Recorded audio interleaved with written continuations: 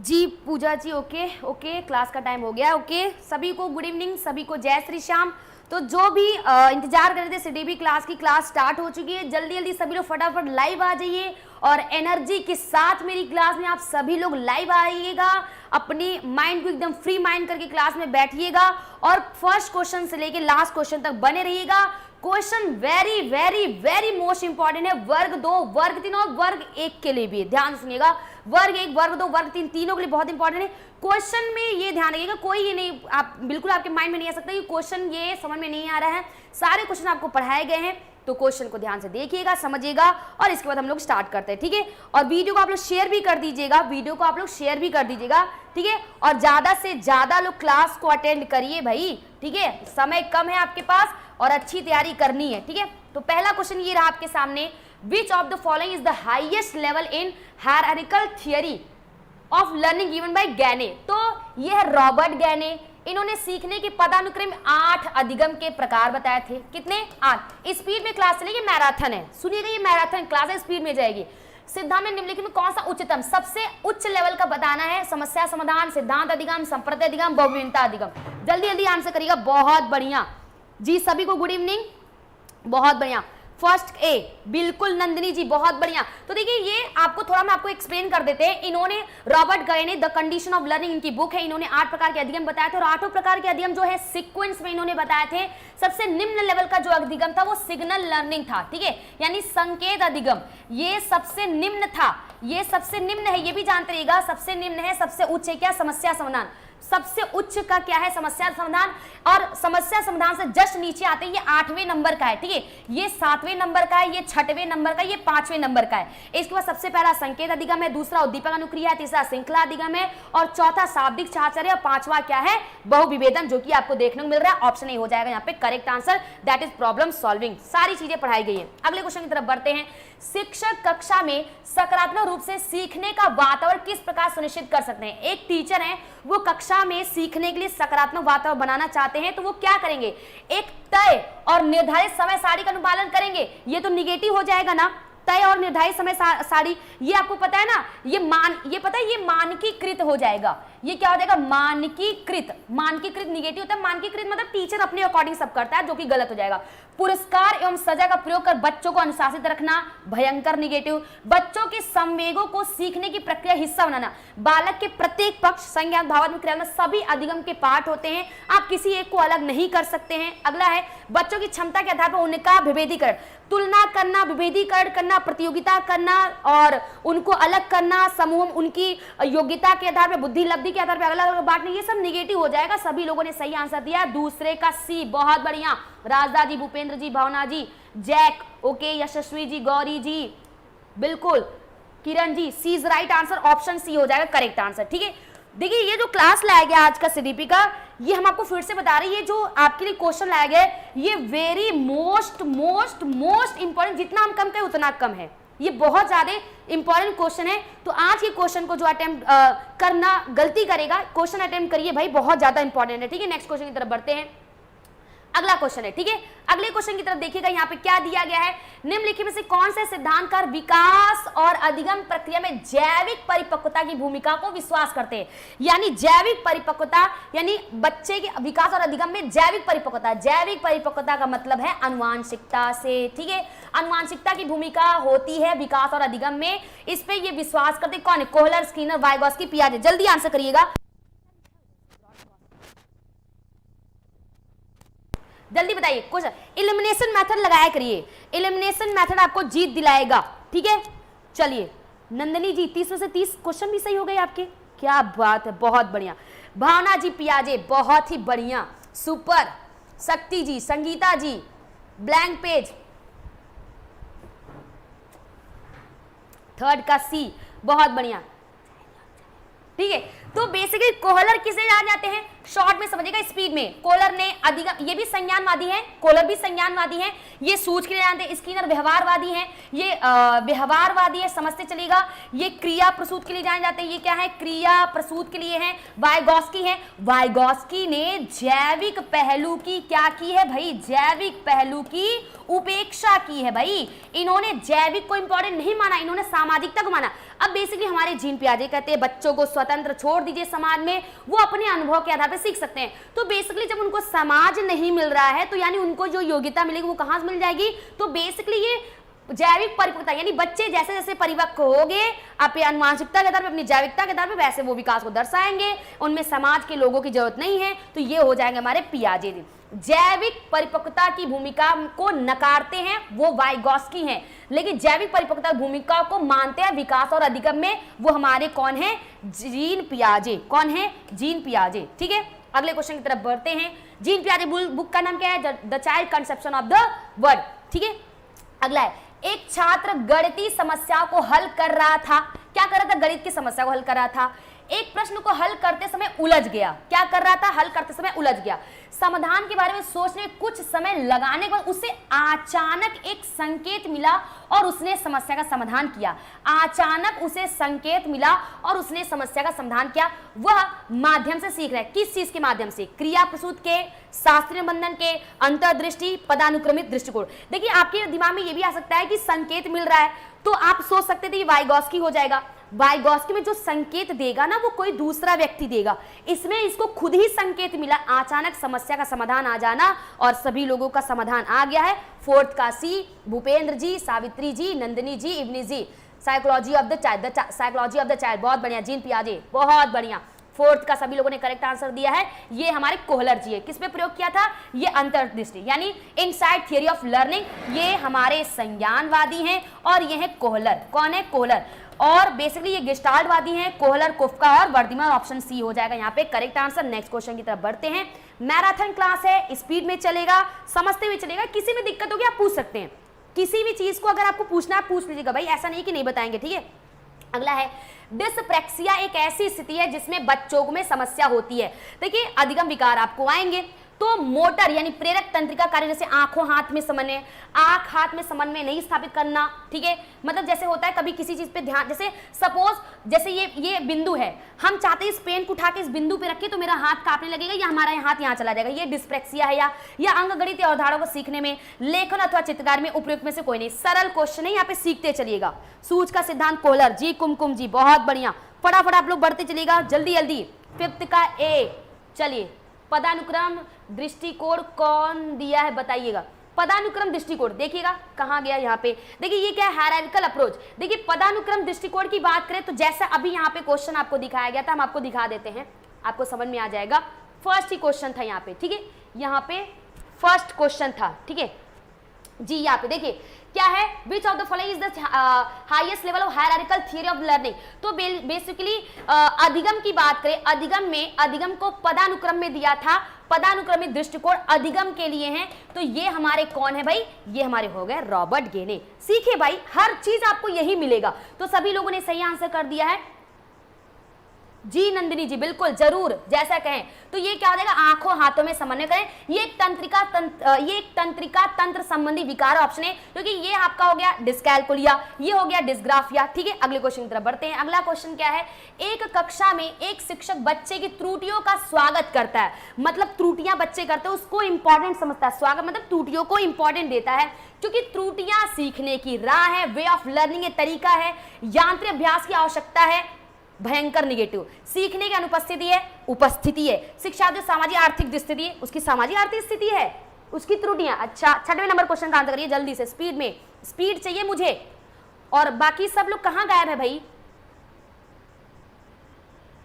हाँ, कल का पीडीएफ अभी हम आज डाल देंगे, ठीक है, कल की क्लास का पीडीएफ हम डाल देंगे, थोड़ा क्लासेस की वजह से बिजी थे, कल की पीडीएफ हम डाल देंगे क्लास का, ठीक है, कल की क्लास का, ठीक है, अभी आपको मिल जाएगा, अभी आपको मिल जाएगा। बहुत बढ़िया, सब सही जा रहा है, बिल्कुल ठीक है।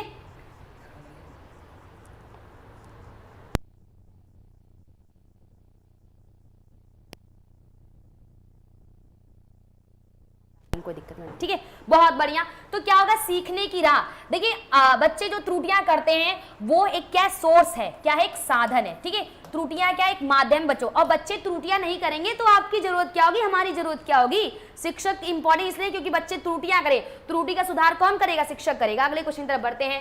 डैश डैश डैश में एक शिक्षक ब्लैक बोर्ड पर 1 से 10 तक की गिनती लिखता है और छात्रों को संख्याएं लिखते हैं और याद करते हैं। छात्र संख्याएं लिखते हैं और याद करते हैं, ओके, यहाँ पे याद करवाया जा रहा है। तो ये अन्वेषण है, खोज के द्वारा हो रहा है। क्रमादेश निर्देश, यहाँ पे निर्देशन दिया जा रहा है, क्रमादेश क्या है, क्रमादेश निर्देशन हमारे स्किनर जी जान जाते हैं। पारस्परिक अधिगम है, रेसिप्रो, पारस्परिक अधिगम, ये हमारे तक एक तरह से हो सकते हैं। पारस्परिक अधिगम के लिए कौन जान जाता है, वाइगॉस्की हो गए। या यहाँ कंठस्थ हो रहा है, रोट लर्निंग हो रहा है, क्रैमिंग हो रहा है, मेमोराइजेशन हो रहा है, जल्दी बताइए। चलिए बिल्कुल जरूर व्हाट्सएप में भी डाल देंगे, ठीक है। हाँ एक ही है भाई, रॉबर्ट गैगने एक ही हैं। 7 का डी, भूपेंद्र जी, डी के साथ रुपए का भी सिंबल, बहुत बढ़िया, बहुत बढ़िया। 7 का डी ऑप्शन हो जाएगा यहाँ पे, क्योंकि देखिए बेसिकली यहाँ पे याद करवा रहे हैं, बच्चे लिखते और याद करते, तो ये हो जाएगा कंठस्थीकरण। देखिए कंठस्थीकरण से आपके मैथ पैडागोजी में भी क्वेश्चन आ सकता है, बच्चे को अगर सूत्र रटवाया जा रहा है तो वो कंठस्थ करवाया जा रहा है। 8वें नंबर क्वेश्चन की तरफ बढ़ते हैं। पानी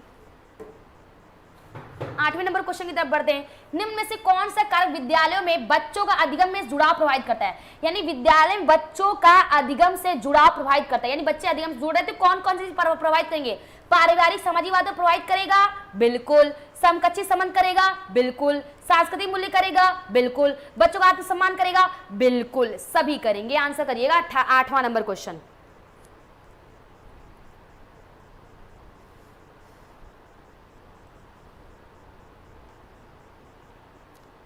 बहुत बढ़िया, नंबरिंग के साथ आंसर करिए। सुबोध जी, मिस रेणु जी 8 का सी, सत्यवती जी सी, नीलिमा जी सी, बहुत बढ़िया। तो बेसिकली कौन सा कारक विद्यालय में बच्चों के अधिगम से जुड़ाव को प्रभावित करेगा, तो बच्चे जब अधिगम से जुड़ रहे हैं तो पारिवारिक सामाजिकरण भी करेगा, समकक्षी संबंध, क्योंकि स्कूल में पढ़ने में फिर घर तो जाता है ना बच्चा, समकक्षी संबंध, सांस्कृतिक मूल्य, बच्चों का आत्मसम्मान, ये चारों करेंगे। ऑप्शन सी हो जाएगा यहाँ पे correct answer, option C is the right answer.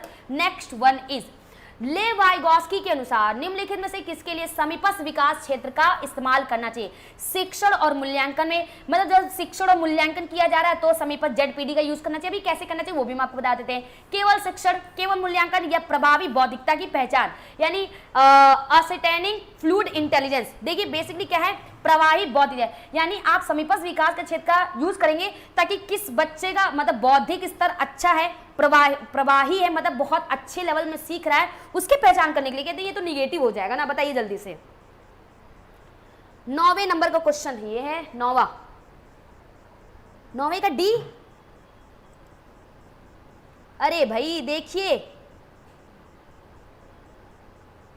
क्या करा है यहां पे, असर्टेनिंग फ्लूइड इंटेलिजेंस, मतलब कि देखिए फ्लूइड तरल, देखिए बेसिक की बात करें, फ्लूइड इंटेलिजेंस, तरल ठोस बुद्धि कौन जान जाते हैं, कैटल जी हैं। तरल ठोस बुद्धि की, तो तरल एवं ठोस, पहली बात समझिएगा, फ्लूइड इंटेलिजेंस मतलब तरल बुद्धि होती है।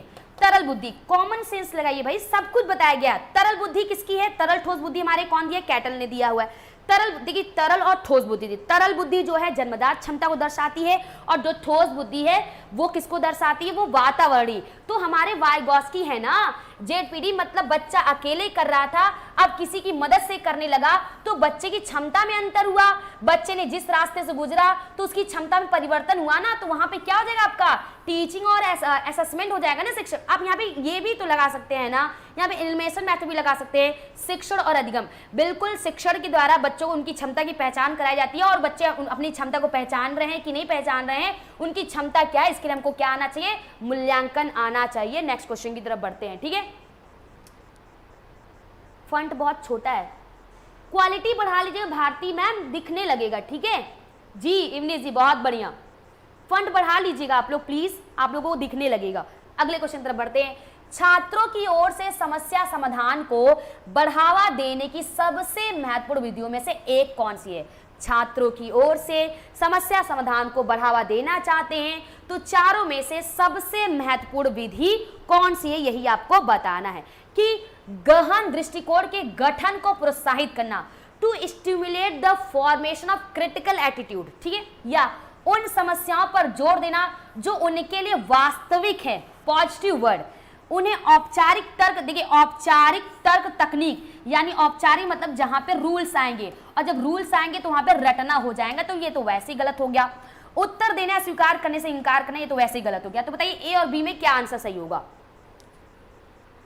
छात्रों की ओर से समस्या समाधान को बढ़ावा देने के लिए आप चाहते हैं कि बच्चे ज्यादा से ज्यादा समस्या समाधान करें, तो अगर आप समस्या को उनके वास्तविक जीवन से, उनके संदर्भ में, उनके कंटेक्स्ट में लाएंगे तो बच्चे ज्यादा से ज्यादा समस्या समाधान करेंगे, जो कि सही हो जाएगा। ठीक है, बहुत बढ़िया, सभी लोग सही जा रहे हैं। देखिए क्यों ये सही हो, देखिए आपके मन में आ सकता है ना गहन दृष्टिकोण के गठन, यानी बच्चे में गहन दृष्टिकोण हो, इसका आप मतलब क्रिटिकल एटीट्यूड हो, इसको आप स्टिमुलेट करेंगे, कह रहा है ये कह रहा है, ठीक है, या आप इसका निर्माण करेंगे। लेकिन अगर आप चाहते हैं इसको बढ़ावा देना है ना, बच्चे ज्यादा ज्यादा क्वेश्चन हल करें, तो आप क्या करेंगे, समस्या क्या करेंगे, वास्तविक, यानी वास्तविक मतलब उनके संदर्भ में रखेंगे, तो that is more positive than option A. Option B is the right answer. Next question is, एक प्रभावी शिक्षक की विशेषता क्या है? कि वो ऑर्गेनाइजेशन करता है, या शिक्षक का ज्ञान, टीचर नॉलेज, मतलब एक प्रभावी शिक्षक की विशेषता क्या है? ऑर्गेनाइजेशन का गुण हो, टीचर नॉलेज मतलब उसका ज्ञान हो, या इंथुजियास्टिक यानी उत्साहित हो, या सभी हो। अच्छा क्वेश्चन है, 11 नंबर, सरल प्रश्न है, आंसर करिएगा। बहुत बढ़िया क्वेश्चन है, बताइए जल्दी जल्दी, और क्वेश्चन बहुत ज्यादा इंपॉर्टेंट है, और ये भी समझ लीजिएगा आपका टाइम कम जाएगा, कम टाइम में हम आपको बहुत सारी चीजें यहाँ पे बता देंगे। ठीक है,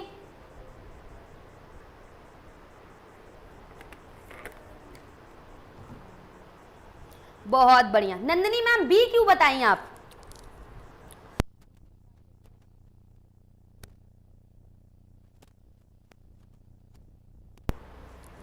बिल्कुल, एक प्रभावी शिक्षक में संगठन का गुण होना चाहिए, उसका ज्ञान भी इंपॉर्टेंट है, उत्साही होना चाहिए क्योंकि वो एक आदर्श होता है, बच्चे भी उत्साहित होंगे, तो ऑप्शन डी हो जाएगा करेक्ट आंसर। ठीक है, अगले क्वेश्चन की तरफ बढ़ते हैं।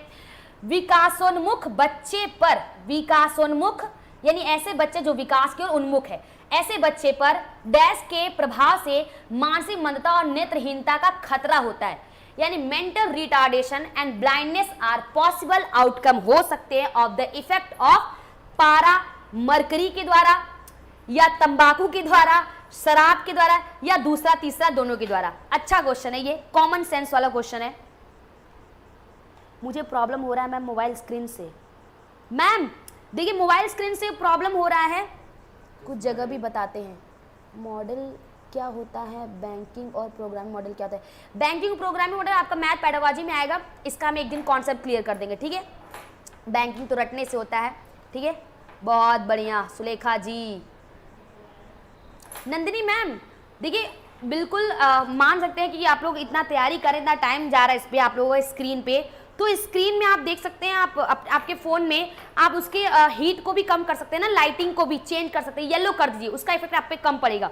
बहुत बढ़िया, तो दोनों होगा, यानी पारा, देखिए पारा भी है, एक जो मरकरी होता है ना, मरकरी के द्वारा भी बच्चे नेत्रहीन या मानसिक मंदता हो सकती है, और आपका यहाँ पे कह सकते हैं शराब तो हो गई। ठीक है, क्योंकि इसमें कोई ऐसा लगा ही नहीं सकते, तीनों ही अगर यहाँ पे उपरोक्त सभी दे देना चाहिए था, वैसे इसको उपरोक्त सभी देना चाहिए था, यानी सॉरी तंबाकू और शराब है। ठीक है, तंबाकू और शराब है, सॉरी तंबाकू और शराब है, डी इज राइट आंसर। ठीक है, मरकरी नहीं होगा। ठीक है, देखिए मरकरी आपका एक तत्व है। ठीक है, मरकरी क्या है आपका एक तत्व है। ठीक है, वो भी ठोस है, जो कि रूम टेम्परेचर पर लिक्विड होता है। ठीक है, चलिए ओके, नेक्स्ट क्वेश्चन की तरफ बढ़ते हैं। 30 नंबर क्वेश्चन क्या है? अस्तित्ववादी दर्शन के अनुसार, मतलब अकॉर्डिंग टू एग्जिस्टेंटियलिस्टिक फिलॉसफी, ये कौन है?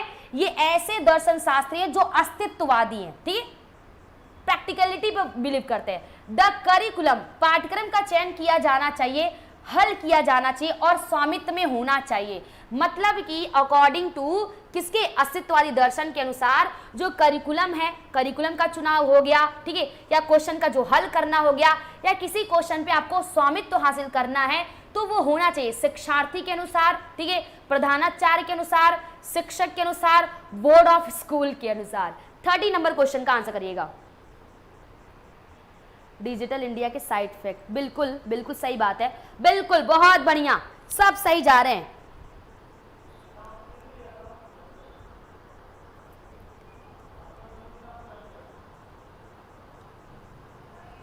बहुत देखिए अस्तित्ववादी जो कह सकते हैं कि जो वास्तव है सामने है, ठीक है, जो कह सकते हैं कि दुनिया के बारे में जितनी चीजें हैं उनका विश्लेषण करता है, तो बेसिकली ये लर्नर यानी चाइल्ड सेंट्रिक होना चाहिए। ओके, नेक्स्ट क्वेश्चन है डिस्ग्राफिया क्या है? पठन अक्षमता, लेखन अक्षमता, गणितीय अक्षमता, अभिव्यंजक अक्षमता।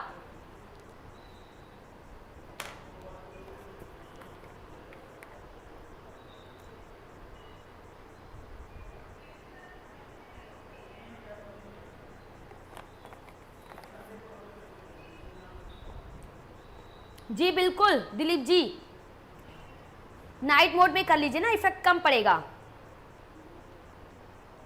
बहुत बढ़िया,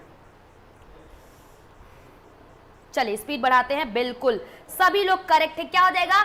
ये है क्या? डिस्ग्राफिया लेखन। पठन के लिए डिसलेक्सिया रख लीजिएगा। गणितीय के लिए क्या रख लेंगे? देखिए थोड़ा समझिएगा मेरी बात यार। पठन के लिए आपका ये आपका हो जाएगा डिसलेक्सिया हो जाएगा, ठीक है, और डिसकैलकुलिया आपका हो जाएगा, इसके लिए ये हो जाएगा डिसकैलकुलिया। अब देखिए ये भी सुनिएगा, अभिव्यंजक क्या लगता है आपको? ये क्या है? एक्सप्रेसिव डिसेबिलिटी, अपने अभिव्यक्त नहीं कर पाते हैं। अभिव्यंजक यानी एक्सप्रेसिव मतलब अभिव्यक्त न कर पाना, बोल न पाना। तो ये किसमें चला जाएगा? ये आपका एक तरह से कह सकते हैं अफेजिया, भाषागत विचार में चला जाएगा, भाषागत विकार में चला जाएगा, ठीक है। नेक्स्ट क्वेश्चन की तरफ बढ़ते हैं। निम्नलिखित में से कौन सी योगात्मक मूल्यांकन की विशेषता नहीं है? Which one is not characteristics of summative assessment? आपको पता है सीबीएसई दो तरह के असेसमेंट को फॉलो करती है, formative assessment, summative assessment. Formative 4 बार होता है, FA1, FA2, FA3, FA4। Summative assessment 2 बार होता है, SA1, SA2। फॉर्मेटिव को रचनात्मक बोलते हैं। फॉर्मेटिव अधिगम के लिए आकलन होता है। फॉर्मेटिव में सुधार होता है, कक्षा के दौरान होता है, फीडबैक टीचर स्टूडेंट दोनों को दिया जाता है। और समेटिव असेसमेंट क्या होता है? ये शिक्षण सत्र की समाप्ति पर होता है, सुधार असंभव है, ग्रेड दिए जाते हैं इसमें, ये आपका अधिगम का आकलन होता है। इतनी बातें क्लियर रखिएगा आप लोग, इतनी चीजें आप लोग क्लियर रखिएगा। समझ गए आप लोग?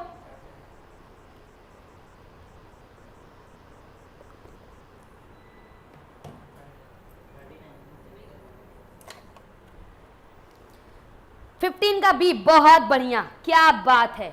हितेश जी सुपर, किशन जी, तिजेश्वरी जी, दाने जी, भागवती जी, सांगू जी, के साहू, राजदा जी, अंजलि जी, सब सही जा रहे हैं। देखिए बेसिकली मूल्यांकन की प्रतिपुष्टि दी जाती है, दैट इज फॉर्मेटिव असेसमेंट।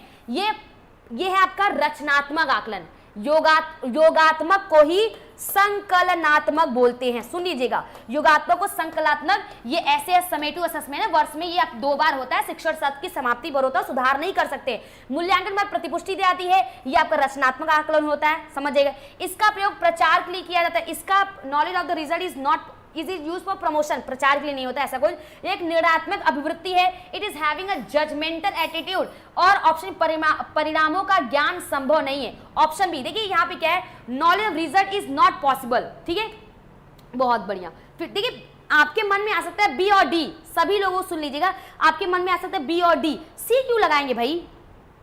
ये तो इससे लेना देना है ही नहीं ना। तो देखिए पहली बात, यह एक निर्णयात्मक अभिवृत्ति। देखिए अभिवृत्ति की बात क्या है? It is having a judgmental attitude. तो बेसिकली एटीट्यूड क्या होता है, अभिवृत्ति क्या होता है? अभिवृत्ति, सुनिएगा इसको भी हम एक्सप्लेन कर देते हैं। अभिवृत्ति क्या होता है? अभिवृत्ति मतलब नजरिया, जो आपके मन का नजरिया, आप जैसे सोचते हैं, जैसे समझते हैं, आपके विचार जैसे, वो अभिवृत्ति होती है। तो यह एक निर्णयात्मक अभिवृत्ति होती है। तो ये आपका समेटिव से उतना मेल नहीं खाएगा, बट परिणामों का ज्ञान संभव नहीं है। मतलब कि जो जरूरी नहीं कि देखिए knowledge of result is not possible, कह रहा है ना, कौन सी योगात्मक मूल्यांकन विशेषता नहीं है, यानी knowledge of result is not possible. इसमें तो रिजल्ट तो मिलता है ना, परिणामों ज्ञान संभव नहीं, इसमें संभव होता है भाई। जो लास्ट में आप लोगों को रिजल्ट मिलता है कि फेल हो गए या पास हो गए, आप कुछ नहीं कर सकते। फेल हो गए या पास हो गए, आप कुछ नहीं कर सकते, तो ऑप्शन भी हो जाएगा। मैम फीडबैक एफए में आता है, हाँ होगा, इसमें ऐसे बोला है, हाँ बिल्कुल। अरे भाई ये एफए हो गया, परिणामों का ज्ञान संभव नहीं, इसमें बोला ना इनमें कौन सी योग्यता? परिणामों का ज्ञान संभव है भाई। Knowledge of result is clear possible. इसी में तो जो फाइल में जो रिजल्ट आते हैं ना, मिलते हैं आपको कि आप फर्स्ट आए, सेकंड आए, थर्ड डिवीजन आए, वो आपका योगात्मक आकलन होता है, दैट इज समेटिव असेसमेंट। जबकि इसमें बोला है कि नहीं होता है, जो कि गलत है। परिणामों का ज्ञान संभव होता है। क्या आप लोग समझ गए मेरी बात? अगर समझ गए होंगे बता दीजिएगा तो मुझे थोड़ा सा रीइंफोर्समेंट मिल जाएगा आप लोगों से। Option B is the right answer. अब ये एक निर्णयात्मक अभिवृत्ति है, बिल्कुल ये है, ठीक है, बेसिकली हम मान सकते हैं यह एक निर्णयात्मक, बिल्कुल ये है। यहाँ पे नहीं बोला है, हमने ध्यान नहीं दिया, ये निर्णयात्मक अभिवृत्ति है। जो आप लास्ट में निर्णय लेते हैं ना कि बच्चे का परफॉर्मेंस कैसा है, तो वो सही हो जाएगा। ठीक है, समझ में आया? जल्दी बताइए, जल्दी बताइए, आप लोगों को समझ में आ गया? ये भी क्लियर है, ये भी सही है। मतलब इसलिए बोला कि विशेषता नहीं, ये विशेषता है। नहीं, बिल्कुल देखिए, जैक जी ने जो क्वेश्चन कहा हम मान सकते हैं, बिल्कुल जैक जी आपके क्वेश्चन से हम एकदम पूरी तरह सहमत है कि आपने बोला ना कि मूल्यांकन के बाद प्रतिपुष्टि दी जाती है। Feedback is given after the evaluation, यानी मूल्यांकन के बाद आपको प्रतिपुष्टि दी जाती है। ये आपका फॉर्मेटिव असेसमेंट में आ जाएगा। लेकिन इसमें बोला ना योगात्मक मूल्यांकन की विशेषता नहीं, ऐसा कुछ नहीं बोला कि योगात्मक से रिलेशन ही नहीं है। ठीक है, यहाँ पे ऑप्शन बी ज्यादा जाएगा। हम मान सकते हैं, हम बिल्कुल मान सकते हैं, बिल्कुल आत्मा जी ये मान सकते हैं कि ऑप्शन ए भी हो सकता है ना, कि आप कह सकते हैं मूल्यांकन के बाद प्रतिपुष्टि दी जाती है। तो थोड़ा सा इसको हम एक्स्ट्रा इसमें एफर्ट डालते हैं कि feedback is given after the evaluation. एक तो ये बात हो गई, समझ गए, यानी कि मूल्यांकन के बाद आपको फीडबैक दिया जाता है। और अगर हम इसी लाइन को थोड़ा सा मॉडिफाई करते हैं, फीडबैक यानी feedback is given during the evaluation, during the assessment. समझ गए मेरी बात? ड्यूरिंग द असेसमेंट, तो वो आपका एफए ज्यादा हो जाएगा। ठीक है,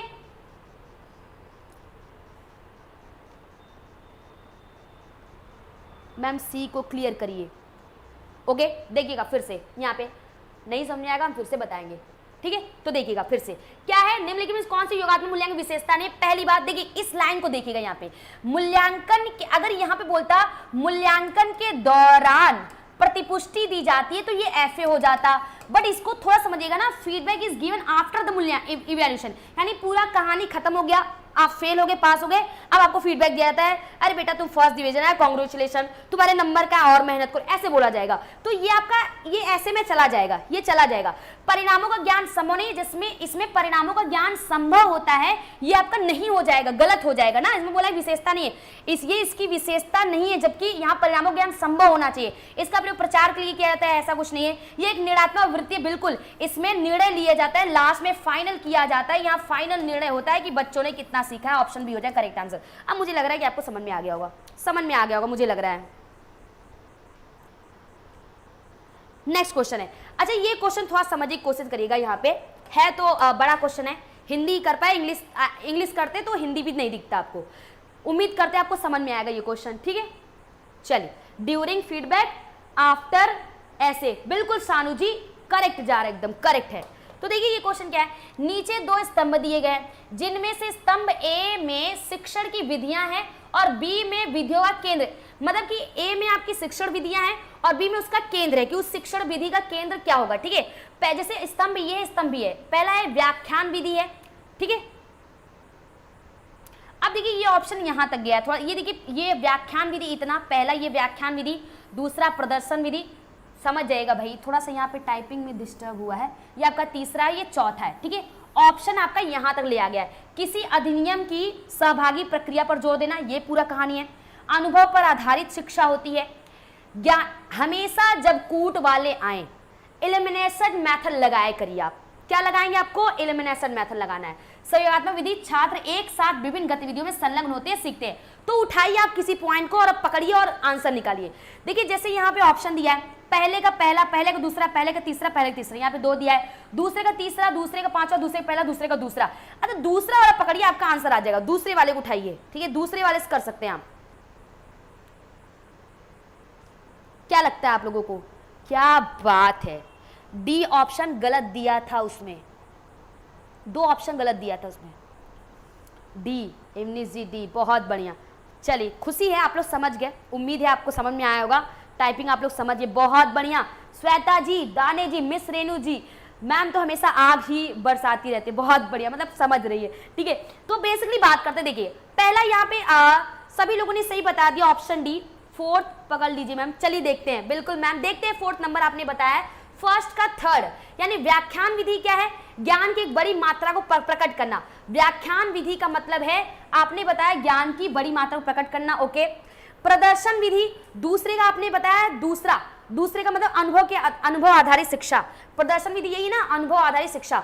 तीसरा देखिए, तीसरा तो आपका हो जाएगा परियोजना विधि। परियोजना विधि क्या, छात्र एक साथ विभिन्न गतियों में संलग्न होते हैं, तीसरा। और चौथा क्या, सहयोगात्मक अधिगम, किसी अधिनियम की सहभागी प्रक्रिया, बिल्कुल सहयोगात्मक है तो यहाँ सहभागी प्रक्रिया हो जाएगी। और परियोजना क्या हो जाता है भाई, परियोजना क्या है, छात्र एक साथ विभिन्न गतिविधियों में संलग्न होते सीखते हैं, मतलब कोई एक योजना बनाकर उसमें बहुत सारे बच्चे मिलकर सीखते हैं। तो बहुत बढ़िया, option D is 110% correct answer है। अब देखिए ये भी करेक्ट आपने बताया, जो व्याख्यान विधि है, बेसिकली व्याख्यान विधि भी क्या है, अब बहुत बड़ी चीजों को उसको एक टाइम में आप उसको क्लियर करते हैं। चलिए बहुत अच्छी बात है, नेक्स्ट क्वेश्चन की तरफ बढ़ते हैं।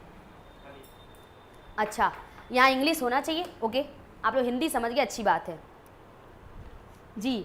फोर्थ के बेस पे बन जाएगा मैम जी, बिल्कुल फोर्थ के बेस पे, बहुत बढ़िया। चलिए 17 नंबर क्वेश्चन पे आते हैं जल्दी जल्दी। LSBE का पूर्ण रूप क्या है, the full form of LSBE हम नहीं बताएंगे, पहले आप बताइए फिर तो हम तो बताएंगे। कौशल, थोड़ा सा दिमाग लगाइएगा, कौशल आधारित शिक्षा का जीवन जीना, जीवन कौशल आधारित शिक्षा, इधर भी देख लीजिएगा, इधर से भी आपको ज्यादा इंग्लिश से ज्यादा क्लियर बनेगा। जीवन विद्यालय आधारित शिक्षा मूल शिक्षा की दृष्टि से विद्यालय का जीवन, मतलब लिविंग स्किल बेस्ड एजुकेशन है, लाइफ स्किल बेस्ड एजुकेशन है, लाइफ स्कूल बेसिक एजुकेशन है, life of school in terms of basic education.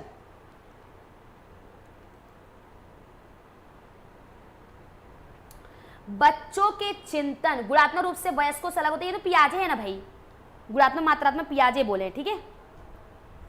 चलिए किसी को ए, किसी को बी, किसी को बी, दीक्षा जी बी, सब भी जा रहे हैं बिल्कुल। चलिए बेसिकली करेक्ट है। लाइफ, देखिए यहाँ पे ऐसा नहीं, life of school in terms of basic education, life of school नहीं, लाइफ स्कूल ये भी सुनने में अजीब लग रहा है, लिविंग स्किल नहीं, लाइफ स्किल बेस्ड एजुकेशन, ठीक है। That is full form of LSB, CBSE लग रहा है ना इसे, LSBE life skill based education, ठीक है। नेक्स्ट क्वेश्चन पे पढ़ते हैं। विकास का चरणीय सिद्धांत निम्नलिखित नियमों में से किस पर स्पष्ट रूप से दर्श देता है, स्पष्ट रूप से जोर देता है, यानी विकास चरण में होते हैं, ये किस पे देता है, निरंतरता सिद्धांत, अनिरंतरता सिद्धांत, विकास को प्रभावित करने वाले सांस्कृतिक कारक, विकास प्रक्रिया संबंधित वातावरणीय कारक। जल्दी से आंसर करिएगा आप लोग फटाफट क्वेश्चन का, ठीक है। देखिए ये क्वेश्चन थोड़ा आप लोग समझिएगा, ठीक है, ये क्वेश्चन आप लोग समझिएगा, ये हमने कल आपको पढ़ाया हुआ था, ठीक है। विकास चरण में होता है, मतलब ऐसा नहीं कि विकास, इसका मतलब कहने का मतलब समझे, विकास चरणीय सिद्धांत यानी एक फिक्स चरण होता है, ऐसा नहीं कि जीवन भर लास्ट तक चलता रहेगा, चरण सिद्धांत। वैसे विकास तो निरंतर होता है ना, जन्म से मृत्यु तक, विकास जन्म से मृत्यु वो तो निरंतरता हो जाएगा, लेकिन विकास की अनिरंतरता यानी डिसकंटिन्यूटी ऑफ डेवलपमेंट ये बताता है कि विकास चरणों में होता है। बहुत बढ़िया भाई, कल ही क्वेश्चन कराया गया था ना इस पे, बहुत बढ़िया बहुत बढ़िया। के साहू जी, सांगू जी, भागवती जी, दाने जी, पार्वती जी, बिल्कुल करेक्ट है, ठीक है। तो समझिएगा यहाँ पे, और वैसे विकास को प्रभावित करने वाले सांस्कृतिक, ये विकास को प्रभावित करने वाले कारक हैं, ये आपके वातावरणीय कारक चाहिए, विकास प्रक्रिया संबंधित कारक यानी वातावरण आएगा। तो बेसिकली ये विकास की अनिरंतरता सिद्धांत, मतलब विकास अनिरंतर यानी डिसकंटिन्यू ऑफ डेवलपमेंट, यानी विकास एक चरण में होता है, इसको माइंड में आप सेट करिएगा। नेक्स्ट क्वेश्चन इज दैट एक कक्षा में बच्चों के असफलता के भय को दूर करना क्यों जरूरी है। बच्चों को असफलता का भय होता है, सबको होता है, इसको दूर करना क्यों जरूरी है भाई बताइए। एक कक्षा में अध्यापक बच्चों के भय को संभाल नहीं सकता, एक कक्षा में अध्यापक बच्चों के भय को संभाल नहीं सकता, टीचर तो सब संभाल सकता भाई।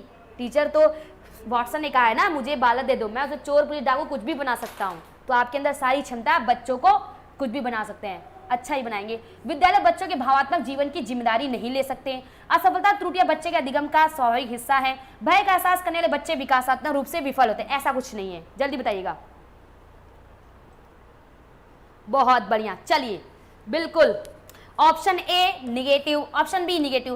भय का एहसास करने वाले बच्चे विकासात्मक रूप से विफल होते हैं, ऐसा नहीं भाई। भय का एहसास सबको होता है, नेचुरली है भय होना, हर सबको एग्जाम का डर होता है, आपको होता है, हमको होता है, सबको होता है। तो असफल और त्रुटियां बच्चे का अधिगम का स्वाभाविक हिस्सा है, नेचुरल है भाई। आप बस इसको मोटिवेट करिए, दूर करिए, पढ़िए लिखिए आराम से, ठीक है। सृजनात्मक चिंतन प्रक्रिया पहले चरणों को किस रूप में जानता है, बहुत बढ़िया क्वेश्चन है। ये है आज का इंपॉर्टेंट क्वेश्चन, ये आज का देखिए, जो क्वेश्चन इंपॉर्टेंट रहता है उसको इंपॉर्टेंट बनाया करिए आप लोग, ठीक है। अगर आप सृजनात्मक चिंतन कर रहे हैं तो इसका सबसे पहला चरण क्या होगा? तैयारी करना, प्रिपरेशन, ये तो कॉमन सी बात है, आप ऐसे ही समझ जाएंगे। उद्भवन, इंक्यूबेशन है, प्रदीपन, इल्यूमिनेशन है या संशोधन, रिवीजन है? जल्दी बताइएगा फटाफट। कंचन जी, भय को उभरने के लिए आपको लगना पड़ेगा। जब आपको लगेगा कि आप पर डे आप 100% अपना दे रहे, भय ऑटोमेटिक चला जाएगा, ऑटोमेटिक भय चला जाएगा। ठीक है,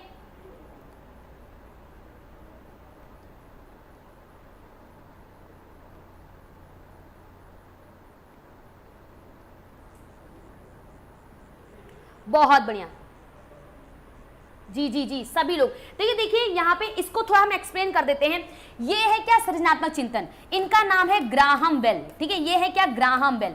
ठीक है, ग्राहम बेल ने सृजनात्मक चिंतन को 4 चरणों में बांटा था। ये इंपॉर्टेंट है, सुन लीजिएगा भाई, ये इंपॉर्टेंट क्वेश्चन है। वर्ग 2, वर्ग 3 दोनों के लिए, वर्ग 1 के लिए भी इंपॉर्टेंट है। ग्राहम बेल इन्होंने 1926 में अब बेसिकली सृजनात्मक चिंतन को 4 चरण में बांटा था। कितने? 4 चरण में, और चारों याद होना चाहिए इस सीक्वेंस में। इन्होंने 4 चरण में बांटा था। पहला ये चरण था तैयारी, यानी कि देखिए सृजनात्मक चिंतन आपके सामने समस्या आएगी। सृजनात्मक चिंतन मतलब समस्या को आप सारी ढंग से, नए ढंग से हल करना। तो सबसे पहले आएगा क्या? आपका तैयारी। ठीक है, तैयारी मतलब आपके सामने समस्या आती है। ठीक है, समस्या, देखिए तैयारी का मतलब एक तरह से कह लीजिएगा समस्या की जानकारी इकट्ठा करना। ठीक है, समस्या की जानकारी इकट्ठा करना, समस्या समझना कहां से आई है, कैसी क्या है। अब उद्भवन, इसको समझिए क्या है। इंक्यूबेशन क्या है? देखिए इंक्यूबेशन एक धीमी प्रक्रिया होती है। सुनिएगा, जब कभी भी, देखिए हम आपको एक एग्जांपल देते हैं। ये दूसरा स्टेज है, ठीक है, और ये तीसरा स्टेज है, और ये आपका चौथा है, संशोधन आपका चौथा स्टेज है। ठीक है, ध्यान रखिएगा। यहाँ पे बेसिकली बात करते हैं, यहाँ पे थोड़ा ध्यान रखिएगा। अगर यहाँ पे संशोधन की जगह अगर आप सत्यापन भी कर देंगे तो भी कोई दिक्कत नहीं है। ज्यादातर ये सत्यापन भी पूछता है अंतिम चरण। उद्भवन क्या होता है? जब आप समस्या हल करें। सुनिए, इंक्यूबेशन क्या होता है? जब आप समस्या हल करते हैं, समस्या हल करने में जायज बात है आप त्रुटियां करते हैं कुछ, जैसे जीन थांडाई के सिद्धांत में बिल्ली ने प्रयास किया था, एक प्रयास से तो उसने सही किया, कुछ प्रयास उसके तो व्यर्थ चले गए। तो जब आप समस्या समाधान कर रहे हैं, समस्या समाधान करते समय जो त्रुटियां होती हैं, ठीक है, समस्या समाधान करते समय जो मतलब कि मतलब जरूरी की चीजें नहीं होती है, जो असफल प्रयास होते हैं उसको हम नेग्लेक्ट कर देते हैं, जो सफल प्रयास करते हैं उसको ही चुनते हैं, वही इंक्यूबेशन होता है, उद्भवन होता है। वही क्या होता है? उद्भवन होता है। ठीक है, अब प्रदीपन में क्या होता है? इसमें व्यक्ति सबसे ज्यादा सक्रिय रहता है। सक्रिय बोले तो कॉन्शियस ज्यादा रहता है, सचेतन ज्यादा रहता है। ठीक है, क्या है? सचेतन ज्यादा रहता है। और लास्ट में क्या करेगा? उसका संशोधन यानी सत्यापन होता है। ठीक है, सत्यापन होता है। क्लियर है? समझ गए सब लोग? क्या समझ गए कि नहीं समझ गए? जल्दी बताइए। ये ज्यादातर यहाँ पे अंतिम चरण है, ये याद रखिएगा, ये अंतिम चरण है। ठीक है, सबको क्लियर है?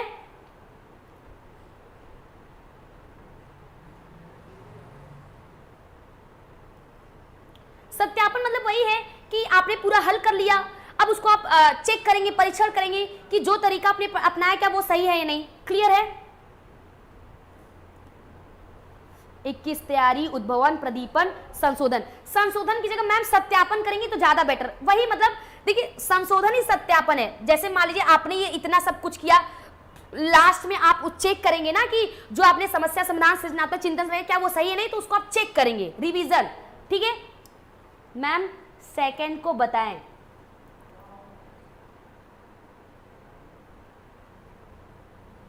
अरे भाई, जब आप समस्या हल कर रहे हैं, सुनिएगा मेरी बात, जब आप समस्या हल कर रहे हैं, हल करते समय जो आपकी जरूरी की चीजें नहीं है, जो असफल प्रयास है, इसको आप भूल जाते हो। आप सिर्फ सफल प्रयास को याद रखते हो। इतना याद रखो, इसमें व्यक्ति प्रभावी ढंग से हल करता है। इसमें व्यक्ति प्रभावी ढंग से हल करता है। क्लियर है सबको? अरे भाई, उद्भवन मतलब जब आप समस्या हल करते हो तो जो अप्रासंगिक चीजें हैं, जो असफल प्रयास है, उनको आप छोड़ देते हो। जो सफल प्रयास है, जो प्रासंगिक चीजें, उसी को एक्सेप्ट करते हो। तो जाहिर बात आपका सीखना क्या हो जाएगा? प्रभावी हो जाएगा। आपको लग रहा है, मुझे लग रहा है कि आपको समझ में आ गया होगा। वैसे भी यहाँ पे खिचड़ी हो गई है, तो सबसे पहला हो जाएगा यहाँ पे तैयारी, प्रिपरेशन। लेकिन आपके दिमाग में ये सेट हो गया होगा, यही सबसे इंपॉर्टेंट है मेरे लिए। ठीक है, ये माइंड में आपके चला गया होगा, ये याद रखिएगा। कॉपी पेन लेके बैठा करिए, कुछ इंपॉर्टेंट चीजें आ गई तो आप लोग लिख लिया करिए। ठीक है, नेक्स्ट क्वेश्चन है, एक शिक्षक के लिए शैक्षिक मनोविज्ञान का ज्ञान आवश्यक है। बताइए भाई, सभी भावी शिक्षकगण मुझे बताएं कि कि एक शिक्षक को यानी आपको एजुकेशनल साइकोलॉजी का जरूरत ज्ञान होना चाहिए। क्यों होना चाहिए भाई? चारों पढ़िए, आंसर करिए जल्दी से, चारों पढ़िए, आंसर करिए।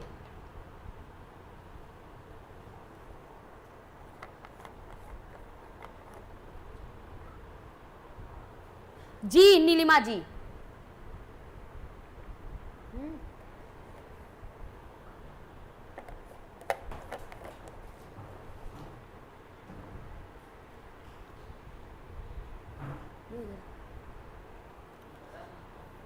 सर को बोलो।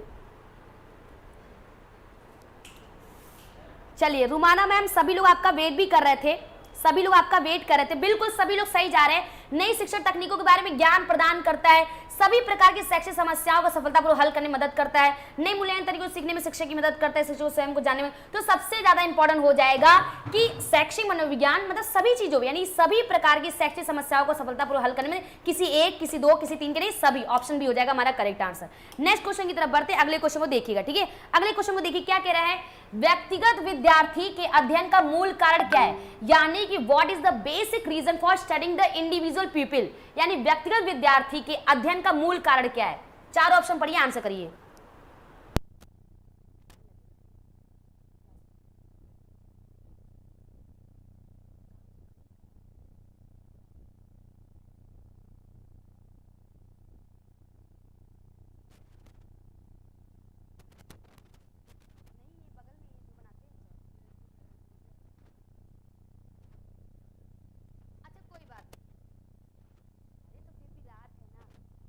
बाईस का डी, मिस रेणु जी 22 का डी बता रही है, ओके।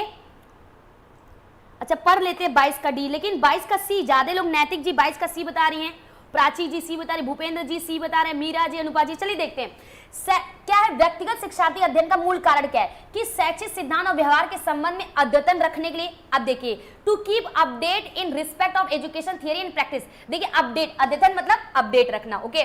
उसे सजातीय रूप से रखने के लिए, सजातीय रूप से रखने के लिए शैक्षिक प्रशासन सुविधा, नेगेटिव वर्ड। क्षमता विकसित करने और उसकी कमजोरियों को पहचानने में मदद करने, ये पॉजिटिव वर्ड। या जानने के लिए कि किसी ने क्या सीखा है इसलिए उसे बिंदु पर निर्देशित करना शुरू कर दे, गलत बात है। Option B, option C is right answer, option B गलत हो जाएगा, option B C is right answer. यानी व्यक्तिगत विद्यार्थी का अध्ययन करने का हमारा मेन रीजन होता है, आपका मेन फोकस होना चाहिए कि आप उसकी क्षमता विकसित करें, उसकी कमजोरी को जान पाए। क्योंकि अगर आप व्यक्तिगत रूप से बच्चों से मिलते हैं, व्यक्तिगत रूप से उनको जानते हैं, तो आप उनकी कमजोरी का पता लगा सकते हैं, निदान कर सकते हैं और उपचार कर सकते हैं। Option C is right answer. Next question की तरफ बढ़ते हैं, बहुत बढ़िया जी Divya ji, to help develop the potentialise and identify his weakness, absolutely correct answer. 23 number, राष्ट्रीय एकीकरण को संदर्भित करता है। राष्ट्रीय नेशनल इंटीग्रेशन रिफर्स टू, किस चीज को करता है, किसी देश के नागरिकों का भावनात्मक एकीकरण, भावनाओं को एक करना, ऐसी भावना कि लोगों में राजनीतिक एकता हो, विविध सांस्कृतिक विचारों में गर्व की भावना, या उपरोक्त सभी। वैसे तो आप इस क्वेश्चन को आप सब आराम से आंसर दे सकते हैं, सभी चीजें आएंगी। राष्ट्रीय एकीकरण है ना, राष्ट्र में आपकी भावना, राजनीति, संस्कृति, समाज सब कुछ आ जाएगा। बहुत बढ़िया योगेंद्र जी, ठीक है। सब जागिए भाई, जो सोवत है वो खोवत है, जो जागत है वही पावत है। तो जागिए, लगिए एकदम से, यहाँ पे हम लगे हुए हैं तो आपको तो लगना पड़ेगा। बहुत बढ़िया, सभी लोग करेक्ट जाए। तो देखिए राष्ट्रीय एकीकरण मतलब कि उसकी भावनात्मक, यहाँ नेगेटिव मत जाएगा, ऐसे बना कि लोग, ये राजनीतिक एकता भी तो राष्ट्रीय एकीकरण के अंतर्गत आएगा, उसकी सांस्कृतिक विरासत, सामाजिक विरासत, ये सभी आ जाएंगे। Option D is right answer, ठीक है। नेक्स्ट क्वेश्चन की तरफ बढ़ते हैं। अगला क्वेश्चन क्या है, ये देखिए इंपॉर्टेंट क्वेश्चन है, थोड़ा सा इंपॉर्टेंट क्वेश्चन है। पेस्ट्रोमेटिक तनाव भाषा विकार है, अधिगम अक्षमता, विकासात्मक विकार है, मानसिक स्वास्थ्य की स्थिति, यानी पोस्ट है, सॉरी पेस्टो नहीं पोस्ट है, सॉरी पोस्ट, अरे भाई ये पोस्ट ट्रॉमेटिक डिसऑर्डर है भाई, पोस्ट ट्रॉमेटिक डिसऑर्डर है। जो पावत है वही खावत है, बिल्कुल योगेंद्र जी एकदम सहमत है आपसे, ये पोस्ट ट्रॉमेटिक डिसऑर्डर है भाई, ध्यान रखिएगा। जल्दी आंसर करिए, कुछ नंबरिंग के साथ आंसर क्रिया करिए। अरे ये इसको बोलते हैं ना मस्तिष्क आघात, हिंदी इसकी जो होती है, मस्तिष्क में चोट लगने के कारण होती है। 24 का डी, भागवती जी डी, ओके, ज्योति जी, धानेश्वरी जी, भूपेंद्र जी, देवेंद्र जी, रश्मि जी, बहुत बढ़िया। टाइम मुझे लग रहा है हम आपका कम ही ले रहे हैं और आपको ज्यादा चीजें प्रोवाइड कर रहे हैं, ठीक है। That is PTS, post traumatic disorder, ठीक है। पीटीएस यानी पोस्ट ट्रॉमेटिक स्ट्रेस, बहुत बढ़िया, सभी लोग करेक्ट जा रहे हैं। ये मानसिक स्वास्थ्य की स्थिति को दर्शाता है। अधिगम अक्षमता नहीं है, भाषा विकार नहीं, विकास, देखिए विकासात्मक विकार क्या है, अब विकासात्मक विकार में दो याद रखिएगा, एडीएचडी और ऑटिज्म, ठीक है, एडीएचडी और ऑटिज्म रखिएगा। ये मानसिक स्वास्थ्य संबंधी मस्तिष्क में चोट वगैरह लगने के कारण होता है, that is post traumatic disorder, ठीक है, ये पोस्ट ट्रॉमेटिक, ये मस्तिष्क आघात है, हाँ इसकी हिंदी होती है मस्तिष्क आघात, मस्तिष्क उद्वेलन बोलते हैं। अरे नहीं भाई भारती मैम, मस्तिष्क उद्वेलन, दिलीप जी, ग्रुबर जी और शुभम जी जल्दी बताइए, मस्तिष्क उद्वेलन, भारती जी ने इसको पोस्ट ट्रॉमेटिक डिसऑर्डर को मस्तिष्क उद्वेलन बोल दिया भाई, जल्दी बताइए मस्तिष्क उद्वेलन क्या होता है, आप कमेंट के माध्यम से क्लियर करिए, कमेंट के माध्यम से इसको क्लियर करिए जी। मस्तिष्क पश्चाघात भी बोलते हैं, आघात भी बोलते हैं, ठीक है, मस्तिष्क में गंभीर आघात के फलस्वरूप होता है, याद रखिएगा हमने बता ही दिया है, ये मस्तिष्क में गंभीर आघात के कारण होता है, ठीक है, गंभीर आघात के कारण। चलिए that is mental health condition, option D is right answer. बढ़ते स्पीड में नेक्स्ट क्वेश्चन की तरफ, ठीक है, बताया किसी ने बताया हिंदी में, इसको बोलते हैं मस्तिष्क पश्चाघात, हाँ बहुत बढ़िया, सही है, करेक्ट है। ब्रेन स्टॉर्मिंग नहीं होगा, विचारों का उथल पुथल, बिल्कुल ब्रेन स्टॉर्मिंग, बहुत बढ़िया, यही चाहते एक्सप्लेन आप हमें, अगर आप मनोविज्ञान मुझसे पढ़ रहे हैं तो रटिए मत, आप मनोविज्ञान सच में धारण करिए कि अगर आपसे कुछ पूछता है कोई तो आप खुद बता सके कि मनोविज्ञान ये सारी चीजें क्या है, आपके अंदर ये कैपेबिलिटी हो, ठीक है। मूल्यांकन आधारित शिक्षा प्रणाली यानी evaluation based system of the education, इसका परिणाम क्या होगा, वर्ष के अंत तक सफलता, छात्र शिक्षक के अच्छे संबंध, विद्यालय का आनंदित वातावरण, सतत एवं व्यापक मूल्यांकन। बहुत बढ़िया क्वेश्चन है, जल्दी से आंसर करिएगा आप लोग फटाफट, स्पीड में बढ़ेंगे भाई, बस स्पीड में बढ़ना है, कम समय में सारी चीजें, आपके समय को हम कम करना चाहते हैं ताकि आप और सारी चीजों में ध्यान लगा सके। बहुत बढ़िया मंजीता जी, 25 का डी, बिल्कुल। अरे भाई मूल्यांकन आधारित शिक्षा प्रणाली यानी देखिए मूल्यांकन अधिगम, मूल्यांकन शिक्षण का कह सकते हैं ये एकीकृत या एक तरह से कह सकते हैं इसकी अंतर्निहित प्रक्रिया होती है। अगर आप बच्चों को पढ़ा रहे हैं, अगर आपने उसमें नाम नहीं लिया क्या मूल्यांकन नहीं करे तो मूल्यांकन ऑलरेडी इंक्लूड है, मूल्यांकन अधिगम का शिक्षण का अंतर्निहित प्रक्रिया है, ठीक है।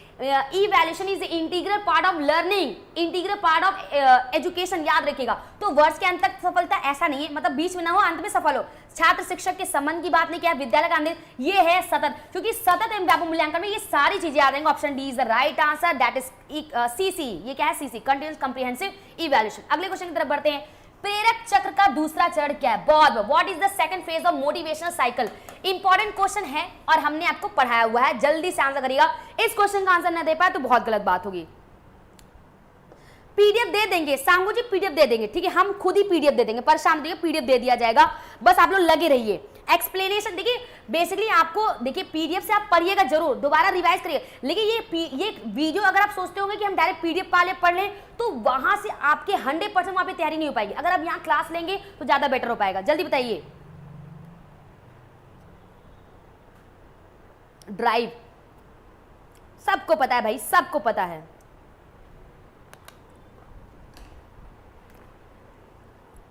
बहुत बढ़िया, तो ये जानते रहिएगा अभिप्रेरणा के चक्र होते हैं, अभिप्रेरणा चक्र पहला, दूसरा और तीसरा। पहला क्या है, आवश्यकता होती है, ठीक है, यहाँ पे लिखा है ये पहला चक्र नीड। दूसरा क्या है, चालक, चालक बोलिए, प्रणोद बोलिए, अंतर्नोद बोलिए, ड्राइव बोलिए, ये दूसरा होता है। और ये गोल, गोल होता है ये तीसरा। तीसरा क्या, इंसेंटिव होता है, that is incentive. Incentive means क्या होता है, प्रोत्साहन। गोल कहिए, प्रोत्साहन कहिए, याद रखिए। अभिप्रेरणा का प्रथम चक्र नीड होता है, अंतिम चक्र प्रोत्साहन। प्रोत्साहन प्रथम चक्र क्यों है, क्योंकि आवश्यकता आविष्कार की जननी है, या आपकी एक इच्छा है, पूरी मनुष्य बड़ा ढोंगी प्राणी में एक इच्छाएं कंप्लीट नहीं होती कि दूसरी इच्छाएं बढ़ के आ जाती है, तो ये हो जाएगा ऑप्शन बी आंसर, प्रबल प्रेरणा यानी ड्राइव। नेक्स्ट क्वेश्चन, प्रबल प्रेरणा क्या है, आपको लक्ष्य आपकी आवश्यकता को पूरी करने के लिए आपको अंदर से एक उत्तेजना देती है, वही आपका ड्राइव होता है, चालक होता है। Next Maslow, that is Abraham Maslow. Abraham Maslow ने क्या दिया, आवश्यकता पदानुक्रम सिद्धांत, जानते रहेगा अब्राहम मैस्लो, ये ना ओके, आवश्यकता पदानुक्रम सिद्धांत, आवश्यकता पदानुक्रम सिद्धांत, ठीक है, आवश्यकता पदानुक्रम सिद्धांत। इन्होंने मनुष्य की 5 आवश्यकताओं का क्रम बताया, पिरामिड बताया। 5 आवश्यकताओं का पिरामिड बताए। स्पीड में लिख रहे हैं, राइटिंग समझ जाएगा, ठीक है।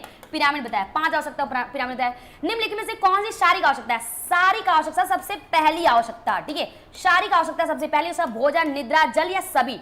भूख, प्यास, नींद, काम सब आ जाएंगे। बहुत बढ़िया भाई, क्या बात है। सत्यवती जी, राजा जी, दीपक जी, योगेंद्र जी, एन कुमार जी, बिंदा जी, कुंती जी, शुभम जी, बिल्कुल ये चारों ही हैं। तो अगर आप इन आवश्यकता पदानुक्रम को, इन्होंने पिरामिड 5 आवश्यकताओं को बताया था अब्राहम मैस्लो ने, अगर पांचों का अगर आप नाम लिख देंगे ना तो मुझे बहुत ज्यादा खुशी होगी। अगर आप पांचों का नाम लिख के मुझे कमेंट करके दे देंगे तो बहुत ज्यादा खुशी होगी। पहला क्या है, दूसरा क्या है, तीसरा क्या है, चौथा क्या है, पांचवा, मुझे बहुत ज्यादा खुशी होगी सच में, ठीक है। तो बता दीजिएगा मुझे। तो ये चारों है। शारीरिक आवश्यकता को प्राथमिक आवश्यकता बोले, इसी को दैहिक आवश्यकता बोलते हैं, ठीक है। इसी को दैहिक आवश्यकता बोलते हैं और इसी को जैविक आवश्यकता बोलते हैं। जैविक आवश्यकता इसलिए बोलते हैं क्योंकि इसके बिना जीवन संभव नहीं है, ठीक है। घर न मिले, जगह न मिले, लोगों के बीच सम्मान न मिले, मुक्ति न मिले, ठीक है, ये समाज न मिले, ठीक है, चल जाएगा, लेकिन सुरक्षा न मिले, चल जाएगा, लेकिन अगर ये ना मिला तो पहले तो हम जीवित ही नहीं रहेंगे ना। चलिए आगे बढ़ते हैं और देखते हैं किसी ने बताया है क्या? चलिए कोई नहीं बात है। फूड, वाटर, स्लीप, आप लोगों ने बस यही बताया है, ओके। सबसे पहला शक्ति जी, शारीरिक सुरक्षा, सामाजिक सम्मान, मोक्ष। क्या बात है मैम, सुपर। ग्रुबर जी, भोजन, आवास, सामाजिक आवश्यकता, संरक्षण, समाज। बहुत बढ़िया भाई। घर, भोजन, समाज, पहले भोजन, सरपराजिता जो भी है, पहले भोजन, फिर घर, फिर समाज, फिर सम्मान, फिर मुक्ति। घर पहले नहीं होगा भाई, पहले भोजन करिए। पुराने विचारों में नई जानकारी को अनुकूल करने की प्रक्रिया। बहुत बढ़िया क्वेश्चन है, इंपॉर्टेंट से भी इंपॉर्टेंट क्वेश्चन है, ये पियाजे का है, ठीक है। What is the process of fitting new information into old ideas known as, यानी पुराने विचारों में नई जानकारी को अनुकूलित करने की प्रक्रिया आत्मसात का समाजन सक्रिय। जब कहे संशोधन, जब कहे परिवर्तन, जब कहे बदलाव, तब आपको जाना है किसके? एकोमोडेशन की तरफ। और जब ये नहीं है तो आपको किसकी तरफ जाना है? सीधा सीधा सबको जाना है। चलिए बहुत बढ़िया शुभम जी, करेक्ट है। आत्मसिद्धि सबसे ज्यादा इन्होंने इंपॉर्टेंट किसको माना? आत्मसिद्धि को, मोक्ष जो हर किसी को नहीं प्राप्त होती। प्रीति जी बहुत बढ़िया। 28 का ए सभी लोगों ने बताया। तो देखिए पुराने विचार में, वर्तमान विचार में नई जानकारी बस डाल दीजिए आप। कुछ पुराने विचार में कुछ बदलाव मत करिए, संशोधन मत करिए, परिवर्तन मत करिए, तो वो डायरेक्ट हो जाएगा क्या? आत्मसात। अगर यही कह देता है पुराने विचार में नई जानकारी को, मतलब नई जानकारी को ऐड करने के लिए पुराने विचार को परिवर्तन करते हैं, संशोधन करते हैं, बदलाव करते हैं, तो वहां पे समायोजन हो जाता। 29 नंबर क्वेश्चन पे आते हैं। निम्नलिखित में से कौन सा विकल्प थर्स्टन के समूह कारक? बहुत बढ़िया, आ गया बुद्धि। देखिए हमने बोला है ना आज का जो टॉपिक है वो मिसलिनियस है, पूरा टॉपिक क्लियर होगा इसमें। थर्स्टन के समूह कारक सिद्धांत के अंतर्गत नहीं आता, तो थर्स्टन ने समूह कारक सिद्धांत दिया था, बुद्धि का समूह कारक। जब इन्होंने अपना सिद्धांत दिया था तो 13 प्रकार की बुद्धि बताई थी, बट उसमें इन्होंने 7 प्राथमिक बुद्धि, ठीक है, अच्छा 7 प्राथमिक बुद्धि के लिए जाना जाता है, ठीक है, 7 प्राथमिक बुद्धि बताई थी। अब ठीक है, प्राइमरी मेंटल एबिलिटीज इन्हीं की है, जानते रहिएगा भाई सब कुछ। प्राइमरी मेंटल एबिलिटीज, ठीक है, प्राइमरी मेंटल एबिलिटी। तो पूछा ना कि इसमें से कौन सा नहीं आता? दैशिक क्षमता, स्मृति क्षमता, संख्यात्मक, संगीतात्मक। एक नहीं आता, सबको पता है। जो नहीं आता वो हार्वर्ड गार्डनर में आता। बहुत बढ़िया भाई, क्या बात है। मीरा जी, संख्यात्मक है तो अंक की गणती, अंकों को समझना, अंक की गणती। क्यों गलती कर रहे हैं भाई, क्यों गलती कर रहे हैं आप लोग? गलती नहीं करना है, गलत बात है, ठीक है। देखिए संख्यात्मक क्षमता है, स्मृति क्षमता है, दैशिक क्षमता है, ठीक है, इसमें हमने बताया हुआ था। शाब्दिक भी था, आपको याद होगा, हम बता देते हैं और क्या क्या था। शाब्दिक था, शब्द प्रवाह था, याद होगा, शब्द प्रवाह था, ठीक है। म्यूजिकल नहीं है भाई, म्यूजिकल हार्वर्ड गार्डनर में है भाई, हार्वर्ड गार्डनर में है, ठीक है, म्यूजिकल हार्वर्ड गार्डनर में। इन्होंने म्यूजिकल नहीं बताया था, संगीतात्मक नहीं बताया था। दैशिक था, स्मृति था, संख्यात्मक था, शाब्दिक था, शब्द प्रवाह था, ठीक है, प्रत्यक्षात्मक था और स्मृति भी था। क्लियर है, समझ में आ गया सबको? चलिए बहुत बढ़िया, क्या बात है सरप्राजिता जी, बहुत बढ़िया। चलिए आगे बढ़ते हैं, नेक्स्ट क्वेश्चन जल्दी जल्दी। अगला क्वेश्चन है शीर्षगामी सिद्धांत, that is cephalocaudal principle is applicable in the sphere of cephalocaudal. ये आपका क्या है? सिफेलोकॉर्डल, दैट इज गामक, भाषा, संज्ञानात्मक, नैतिक। किस में आएगा भाई? सिफेलोकॉर्डल बालक का विकास, ये विकास के डायरेक्शन में आएगा, दिशा के सिद्धांत में आएगा। दिशा के सिद्धांत में भी ये क्या है, बालक का विकास क्या है, सिर से पैर की ओर, ठीक है। सिर पदाभिमुख सिद्धांत, मस्तके दोमुखी, कुपुस्वामी, गामक में आएगा, भाषा आएगा, संज्ञानम, नैतिक। जल्दी बताइए स्पीड में, कंफ्यूजन मत करिए।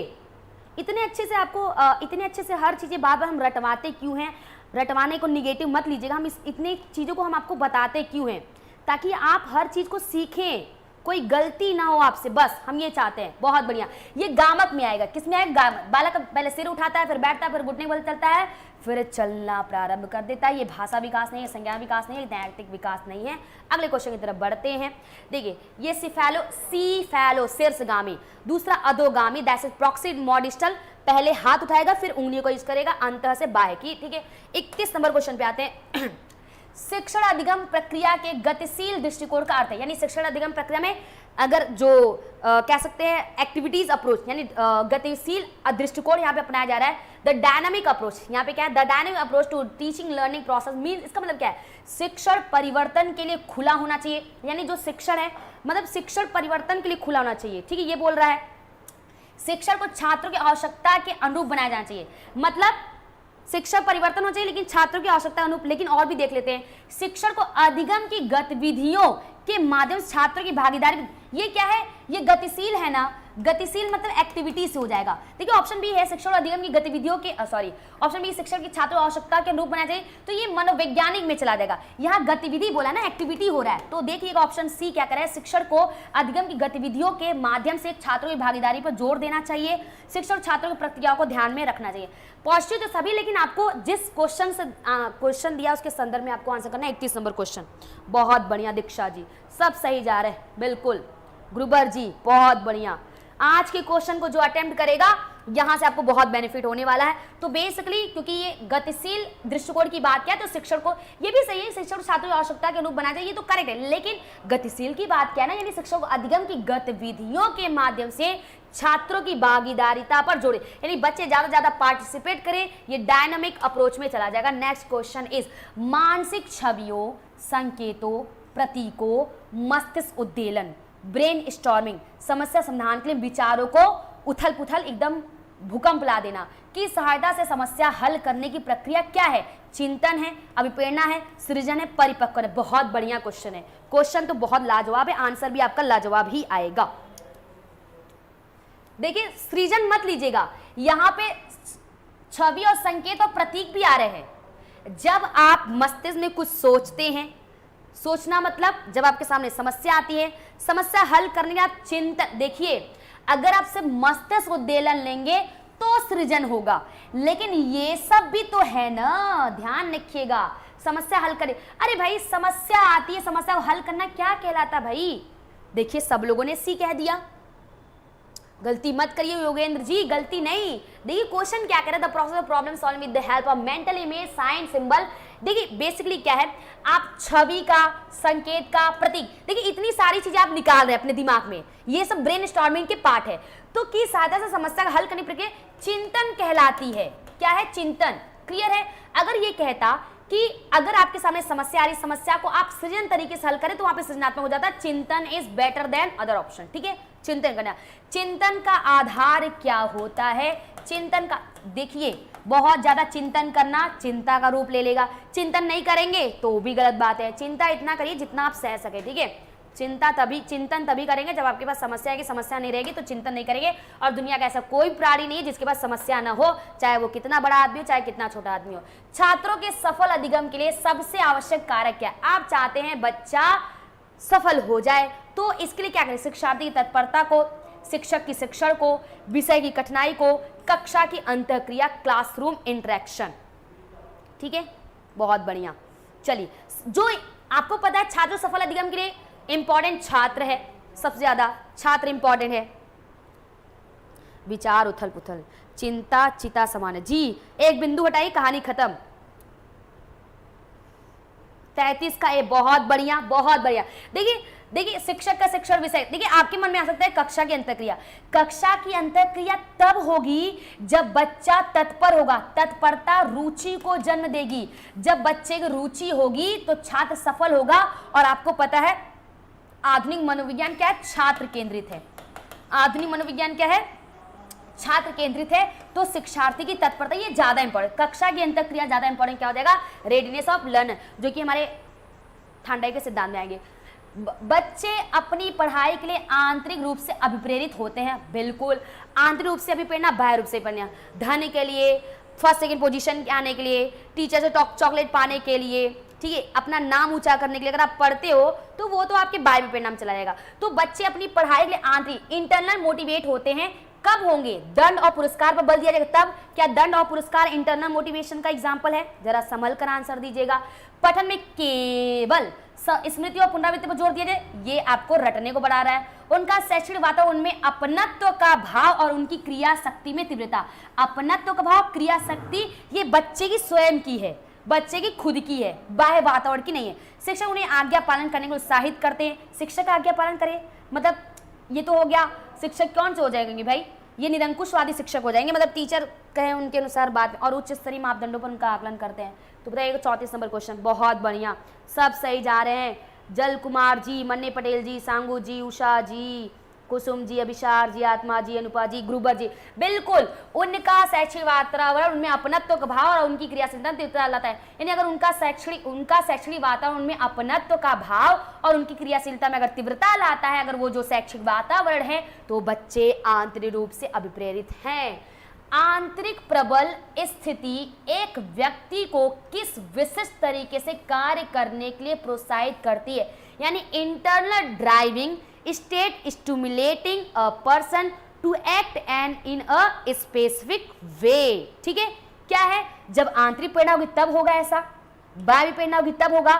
सहचर मतलब आंतरिक बाह्य में रिलेशन होगा, या उपरोक्त में से। सहचर का मतलब तालमेल होता है।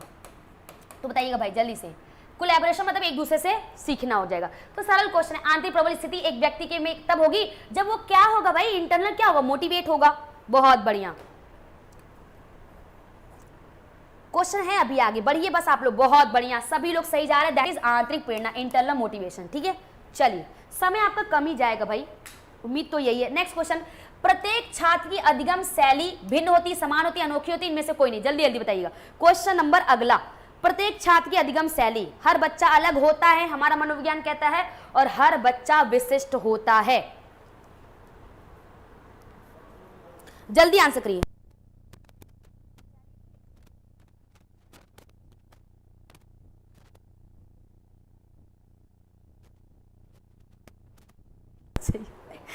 पैंतीस से, चलिए बिल्कुल, जय श्री श्याम, बहुत बढ़िया। 36 का डी, हर बच्चा क्या है, भिन्न होता है और अनोखा, अनोखी, अनोखा, अनोखी, option D is the right answer. ठीक है, नेक्स्ट क्वेश्चन है, समूह शिक्षण से छात्रों को निम्नलिखित में से कौन सी अपेक्षा होती है, यानी बच्चे ग्रुप में अगर सीख रहे हैं तो which of the following expectation student have from group learning. अगर बच्चे आप समूह में सीख रहे हैं तो वो किस चीज की अपेक्षा रखते हैं, समूह से मूल्यांकन पाने के लिए करते हैं, काम को समान रूप से वितरित करने के लिए करते हैं, व्यक्तिगत दृष्टिकोण की अनदेखी करना, समूह के प्रति पृथक छात्रों को आकर्षित करना। यानी कि समूह शिक्षण से छात्रों को निम्नलिखित में से कौन सी अपेक्षा होती है, समूह शिक्षण से बच्चे कौन सी अपेक्षा रखते हैं भाई, जल्दी बताइए। 37 नंबर क्वेश्चन,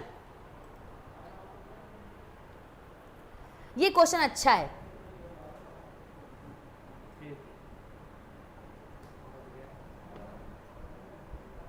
थर्टी सिक्स का डी, 37 का A, Hitesh ji D, Sonal ji A, miss Renu ji D. Okay, चलिए देखते हैं आप लोग। अगर समूह के प्रति पृथक छात्रों को आकर्षित करना, to attract isolated student toward the group, यानी कि समूह शिक्षण से छात्रों को निम्नलिखित में से कौन सी अपेक्षा होती है, यानी समूह में अगर शिक्षण कर रहे हैं बच्चे तो किस चीज की अपेक्षा रखते हैं, समूह से मूल्यांकन पाने के लिए नहीं, काम को समान रूप से वितरित करने के लिए। देखिए जब समूह में कोई कार्य किया जाता है, याद रखिएगा, जब समूह में अगर कोई कार्य किया जाता है तो यही अपेक्षा की जाती है कि जो काम है सबको समान रूप से वितरित होना चाहिए। ऐसा नहीं कि प्रतिभाशाली है तो उसको आप बढ़िया क्वेश्चन दे दीजिए, जो मंदबुद्धि का बच्चा उसको सरल क्वेश्चन दे दीजिए। व्यक्तिगत दृष्टिकोण को अनदेखी करना, निगेटिव। अगर ऑप्शन सी डी की तरफ जाते हैं, समूह के प्रति समूह के प्रति पृथक छात्रों को आकर्षित, यानी समूह के प्रति अलग अलग छात्रों को आकर्षित करना, ये गलत हो जाएगा, सभी को आकर्षित करना हो जाएगा। Option B is the right answer, option B is much better than. ठीक है, चल रहा है भाई, चल रहा है। ठीक है, नेक्स्ट क्वेश्चन की तरफ बढ़ते हैं। आई होप एक्सप्लेनेशन आपको समझ में आ गया होगा। शिक्षा प्रक्रिया के स्थानों पर शिक्षक के पास नहीं, शिक्षार्थी के पास कौन सा दृष्टिकोण होना चाहिए? अच्छा, शिक्षा प्रक्रिया के स्थानों पर शिक्षक के पास नहीं, शिक्षार्थी के पास कौन सा दृष्टिकोण होना चाहिए? किसमें? शिक्षा प्रक्रिया में। निर्माणवादी दृष्टिकोण, पॉजिटिव वर्ड, व्यवहारवादी दृष्टिकोण, बिहेवियरिस्टिक अप्रोच, क्रियात्मक दृष्टिकोण, क्रिया फंक्शनलिस्टिक अप्रोच, संरचनात्मक दृष्टिकोण, स्ट्रक्चर। तो बेसिकली शिक्षा प्रक्रिया के स्थानों पर शिक्षक के पास नहीं, शिक्षार्थी पर कौन सा, यानी शिक्षक के पास नहीं, बच्चों, ये बच्चों का दृष्टिकोण कैसा होना चाहिए? सिंपल सी बात है, बच्चों का दृष्टिकोण निर्माणवादी होना चाहिए, व्यवहारवादी होना चाहिए, क्रियात्मक होना चाहिए या संरचनात्मक होना चाहिए? जल्दी बताइए। बहुत बढ़िया, 38 का ए, 38 ना, ओके, बहुत बढ़िया। 38 का कुछ लोग सी बता रहे। क्रियात्मक, देखिए मैम, क्रियात्मक में सिर्फ क्रिया आएगी, क्रियात्मक बोले तो शारीरिक क्रिया, बस क्रियात्मक सिर्फ शारीरिक क्रिया आएगी। निर्माणवादी बच्चा निर्माण करेगा ना, पॉजिटिव वर्ड यूज करिए भाई।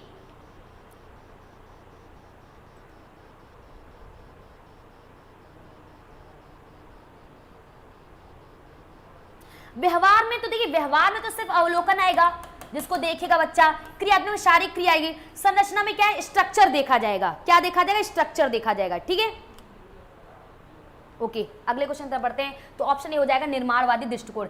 बच्चे का दृष्टिकोण कैसा होना है? निर्माणवादी। अगला क्वेश्चन क्या है देखिएगा ध्यान से, 39 नंबर। वंचित समूहों के बारे में, नहीं दिख रहा होगा, सुन लीजिएगा, सुनिएगा मेरी बात आप लोग जरा धैर्य पूर्वक। नहीं दिख रहा होगा तो हम बता रहे, सुन लीजिएगा।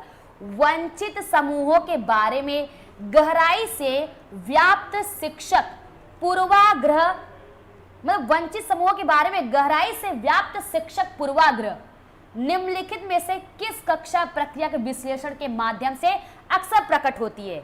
लिंग, जाति, आर्थिक श्रेणी के आधार पर निर्धारित बैठने की व्यवस्था। ये क्या है ना, deep seated teacher prejudices about the disadvantaged group can often revealed through an analysis of which of the following classroom process। मतलब कहना ना, वंचित समूहों के बारे में गहराई से व्याप्त शिक्षक पूर्वाग्रह, यानी शिक्षक क्या है? पूर्वाग्रह से ग्रसित है। शॉर्ट में बता रहे हैं, शिक्षक पूर्वाग्रह से ग्रसित है, एक लाइन की बात है। तो निम्नलिखित में किस कक्षा प्रक्रिया विश्लेषण के माध्यम से अक्सर, तो इस शिक्षक के द्वारा कौन सी चीज प्रकट होगी कि वो लिंग, जाति और आर्थिक श्रेणी के आधार पर निर्धारित करेगा, बैठने की व्यवस्था करेगा, या अध्यापक का निपुणता उन्मुखी अभिप्रेरणा शैली को प्रोत्साहित करेगा, अधिगम कठिनता अनुभव करने वाले बच्चों के लिए यथोचित समायोजन करेगा, अच्छी बात है, बच्चों को शिक्षा प्रणाली के यंत्रवादी पहलुओं का परीक्षण, प्रतिरोध और चुनौती देने को, यानी जो रटने वाली चीजें उसको चुनौती देने की बात करेगा। यहाँ पे जो शिक्षक है ना, वो गहराई से व्याप्त शिक्षक पूर्वाग्रह, यानी पूर्वाग्रह से ग्रसित है। ये शिक्षक पूर्वाग्रह से क्या है? ग्रसित है। तो अगर एक पूर्वाग्रह से ग्रसित शिक्षक है तो निम्नलिखित में से किस कक्षा प्रक्रिया के विश्लेषण के माध्यम से अक्सर प्रकट होगी? तो शिक्षक कैसा करेगा भाई? वो लिंग, जाति, आर्थिक श्रेणी के आधार पर कक्षा को क्या करेगा? बैठने की व्यवस्था करेगा। ऑप्शन ए हो जाएगा यहाँ पे करेक्ट आंसर। क्योंकि देखिए, अध्यापक का निपुणता उन्मुखी अभिप्रेरणा शैली प्रोत्साहित करने, यानी इंकरेजमेंट ऑफ मासी oriented motivation style by the teacher, ये पॉजिटिव हो जाएगा। अधिक अनुभव को करने वाले छात्रों के लिए यथोचित समायोजित करना, पॉजिटिव वर्ड हो जाएगा, ये भी पॉजिटिव। ऑप्शन ए हो जाएगा गलत आंसर। ठीक है, पूर्वाग्रह से ग्रसित है तो उनका व्यवहार में पूर्वाग्रह दिखेगा, रंगभेद। बहुत बढ़िया भाई, बहुत बढ़िया। नेक्स्ट, अच्छा इसमें टिक हो गया था ना, okay. Next question is that, निम्नलिखित में से कौन सा कथन व्यक्ति के विकास की प्रक्रिया के बारे में सही है? यानी व्यक्ति के विकास की प्रक्रिया में कौन सा कथन आपका करेक्ट है? विकास की प्रक्रिया एक दिशी होती है, बहुत बढ़िया। यह केवल व्यक्तिगत मानसिकता से प्रभावित होती है, बहुत बढ़िया। विकास प्रक्रिया में सांस्कृतिक विविधताएं होती, बहुत बढ़िया। विकास केवल वातावरणीय कारकों के द्वारा नहीं होता। ये क्वेश्चन ऐसा है, हर एक स्टेट के एग्जाम में आ चुका है, तो इससे आप भली बात परिचित रहिएगा। आगे हम लोग बढ़ते हैं नेक्स्ट क्वेश्चन पे, मतलब पहले इस क्वेश्चन को सॉल्व करिएगा।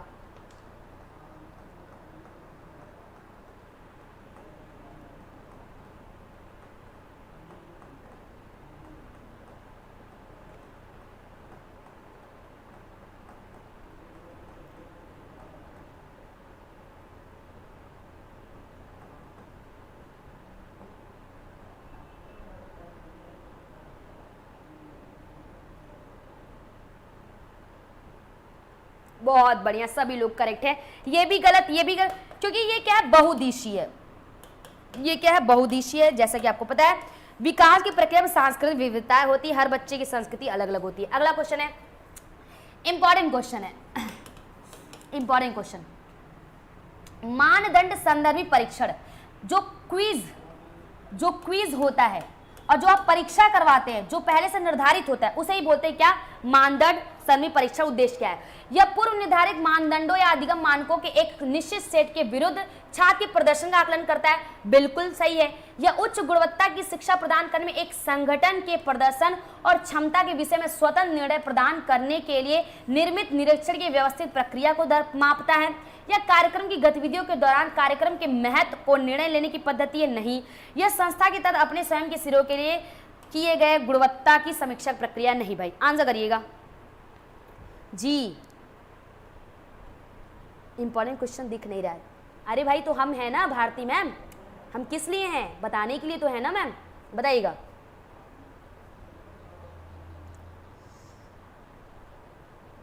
फोर्टी 41 का B, Himanshu ji B, Shubham ji B, Rumana ji B.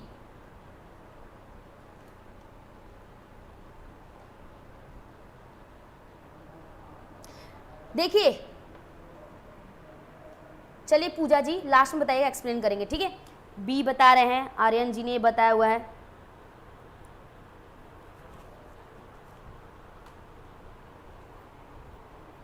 Option है यहाँ पे भाई, ये ऑप्शन है। It measure the performance of a student against a fix set of predetermined criteria और learning standard. It measure a systematic process of inquiry design to provide independent judgement about the organisation performance.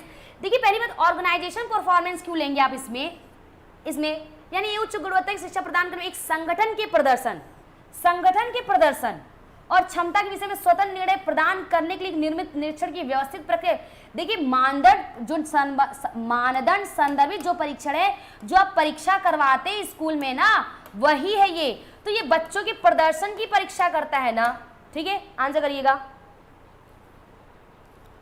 खाते रहिए योगेंद्र जी, खाना खाते हुए करिए, ठीक है। दानेश्वरी जी बिल्कुल खाना खाते हुए पढ़िए भाई, कोई दिक्कत की बात नहीं है। यह पूर्व निर्धारित मानदंडों या अधिगम मानकों के एक निश्चित सेट के विरुद्ध, कहने का मतलब कि ये छात्र के प्रदर्शन का आकलन करता है, यानी बच्चे जैसा प्रदर्शन बेसिकली ये पूर्व निर्धारित है, लेकिन ये छात्रों के प्रदर्शन के अनुसार आकलन करता है। ऑप्शन ए हो जाएगा करेक्ट आंसर। अगले क्वेश्चन की तरफ बढ़ते हैं। सामाजिक रचनावाद के जनक कौन है?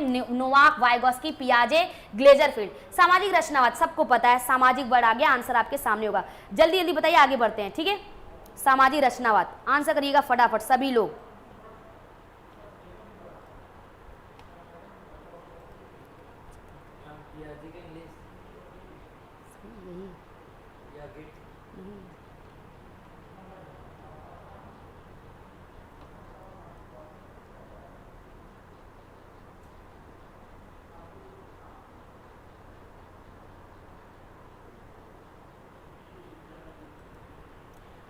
बी बहुत बढ़िया, सभी लोगों ने सही बताया है, बहुत बढ़िया। Option B is right answer. कौन है? वाइगोस्की, ठीक है, सभी लोग करेक्ट है। नेक्स्ट क्वेश्चन की तरफ बढ़ते हैं। राष्ट्रीय शिक्षा नीति 2020 किस पर बल देती है? परीक्षा के लिए पढ़ना, स्मरण आधारित शिक्षा, अभ्यास और ड्रिल, वैचारिक समझ। सिंपल क्वेश्चन है, आंसर करिएगा स्पीड में। जिसको भूख लगी भाई खाना खाते हुए पढ़िए आप लोग, एक हाथ से खाना खाइए, एक हाथ से क्वेश्चन का आंसर करिए आप लोग।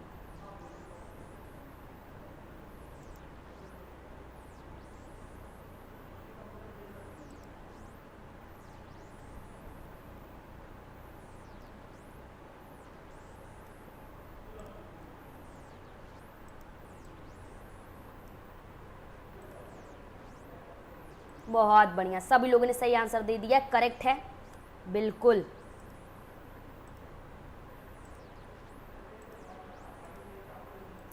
चलिए बिल्कुल क्या होगा? वैचारिक, क्योंकि परीक्षा के लिए पढ़ना निगेटिव, इसमें रटने के लिए पढ़ना गलत बात है। अभ्यास और ड्रिल रटना हो जाएगा, वैचारिक समझ। नेक्स्ट क्वेश्चन की तरफ बढ़ते हैं।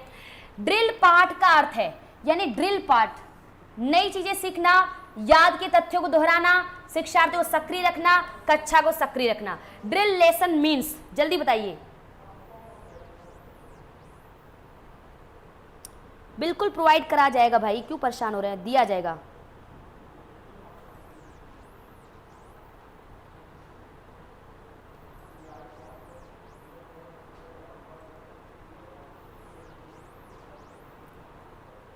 फोर्टी 44 का बी, इंदू जी बी। चलिए कुछ लोग चले गए क्या खाना खाने भाई, कोई नहीं आगे बढ़िए। प्रज्ञा जी, अन्नपूर्णा जी, अंजलि जी, राम जी, दुर्गा जी, नुमाज जी, बहुत बढ़िया।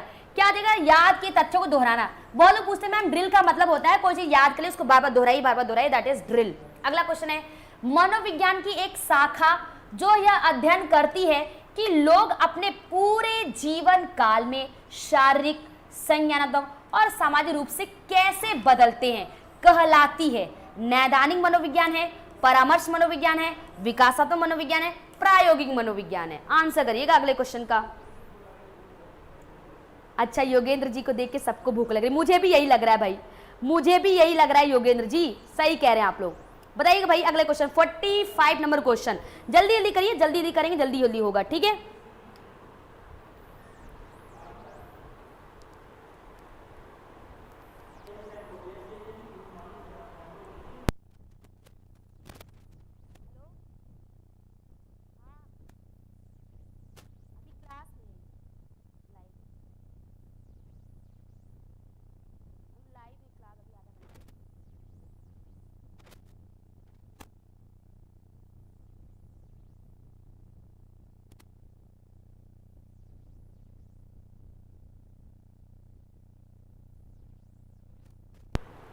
ओके सभी लोगों ने बता दिया 45 का सी, दैट इज 100% करेक्ट हो जाएगा। ये हो जाएगा क्या आपका विकासात्मक मनोविज्ञान, ठीक है, क्या हो जाएगा विकासात्मक मनोविज्ञान। अरे अगले क्वेश्चन की तरफ बढ़ते हैं, स्पीड थोड़ा और बढ़ाइए भाई। किस स्तर पर हमारे पास नैतिकता की व्यक्तिगत परिभाषा या नियमावली नहीं होती, आपको बताना है किस स्तर पर हमारे पास नैतिकता की व्यक्तिगत परिभाषा नहीं होती, यानी नैतिक क्या होते हैं, क्या अच्छा क्या खराब है, किसको कैसे बोलना चाहिए क्या नहीं बोलना चाहिए, इसकी नियमावली नहीं होती। पूर्व परंपरागत नैतिकता, परंपरागत नैतिकता, ये है कोहलबर्ग जी हैं। कौन है ये, कोहलबर्ग है, ठीक है, ये है कोहलबर्ग। इन्होंने नैतिक विकास के 3 स्तर और 6 चरण बताया, 3 स्तर और 6 चरण बताया, ठीक है। कल कोहलबर्ग को देखेंगे हम लोग, ठीक है। कल की टॉपिक कोहलबर्ग नहीं कोई और होगी, मैं भी बता देंगे कल की टॉपिक क्या होगी, हम आपको बता देंगे, ठीक है। कल की टॉपिक क्या होगी कल हम आपको बता देंगे, जल्दी बताइए।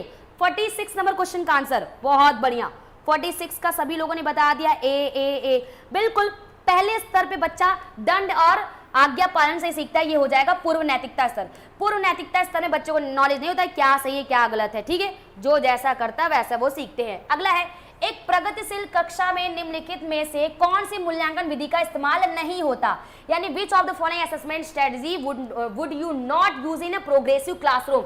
अध्यापकों द्वारा मननशील पत्रिका का इस्तेमाल करना, स्व मूल्यांकन एवं समकक्षी मूल्यांकन करना, केवल मानव निर्देशित मूल्यांकन पर आश्रय, या विद्यार्थियों को पोर्टफोलियो तैयार करना। सरल क्वेश्चन है, आंसर करिएगा 47 नंबर क्वेश्चन, जल्दी से जल्दी जल्दी 47।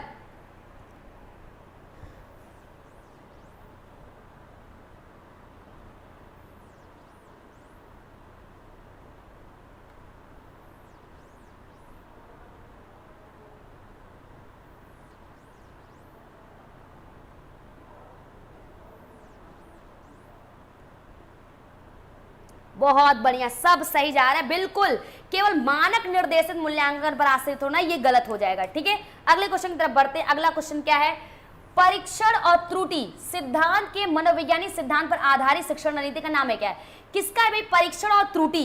ये डेवी का दृष्टिकोण है, जॉन डीवी का है, पावलोव का दृष्टिकोण है, हेबियन का दृष्टिकोण है, या ह्यूरिस्टिक दृष्टिकोण है। देखिए यहाँ पे थोड़ा क्वेश्चन को ध्यान से समझिएगा आप लोग, ठीक है। यहाँ पे एलिमिनेशन मेथड लगाइएगा। मैं मुझे कोहलबर्ग का सिद्धांत बहुत ही कंफ्यूजन होता है, कंफ्यूज मत होइएगा कुनबुम जी, कोहलबर्ग का सिद्धांत भी लाएंगे आप क्लियर समझ जाएंगे। देखिए डीवी तो हमारे प्रगतिशील शिक्षा के लिए जाने जाते हैं, परीक्षण और त्रुटि यानी आप परीक्षा और त्रुटि करके आप सीखेंगे, परीक्षण और त्रुटि के आधार पर आप खोज करेंगे। अरे भाई जब खोज करते हैं तो ये होता है सिद्धांत मनोविज्ञान सिद्धांत पर आधारित होती है, किस पर आधारित है, डेवी के दृष्टिकोण पर, पावलोव के, हेबियन के, या ह्यूरिस्टिक दृष्टिकोण, जल्दी बताइए। Question number 48।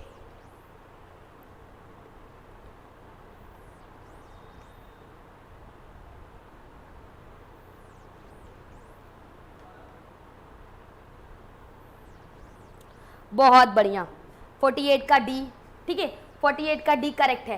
तो आपका हो जाएगा परीक्षा और त्रुटि सिद्धांत मनोवैज्ञानिक सिद्धांत पर आधारित है। ये हमारे ह्यूरिस्टिक जो कि आर्मस्ट्रांग द्वारा दिया गया था, ये ह्यूरिस्टिक यानी जो आर्मस्ट्रांग द्वारा दिया गया था, ऑप्शन डी हो जाएगा यहाँ पे करेक्ट आंसर।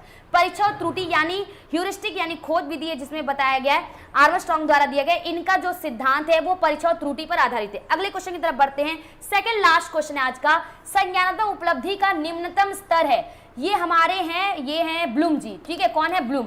तो ब्लूम ने संज्ञानात्मक भावात्मक को क्रियात्मक पक्ष में बांटा था। यहाँ आपको संज्ञानात्मक का सबसे निम्न बताना है, समझ, ज्ञान, अनुप्रयोग, मूल्यांकन, सबसे निम्न बताना है, ठीक है। सबसे निम्न आपको बताना है, आंसर करिएगा 49 नंबर क्वेश्चन का, ठीक है।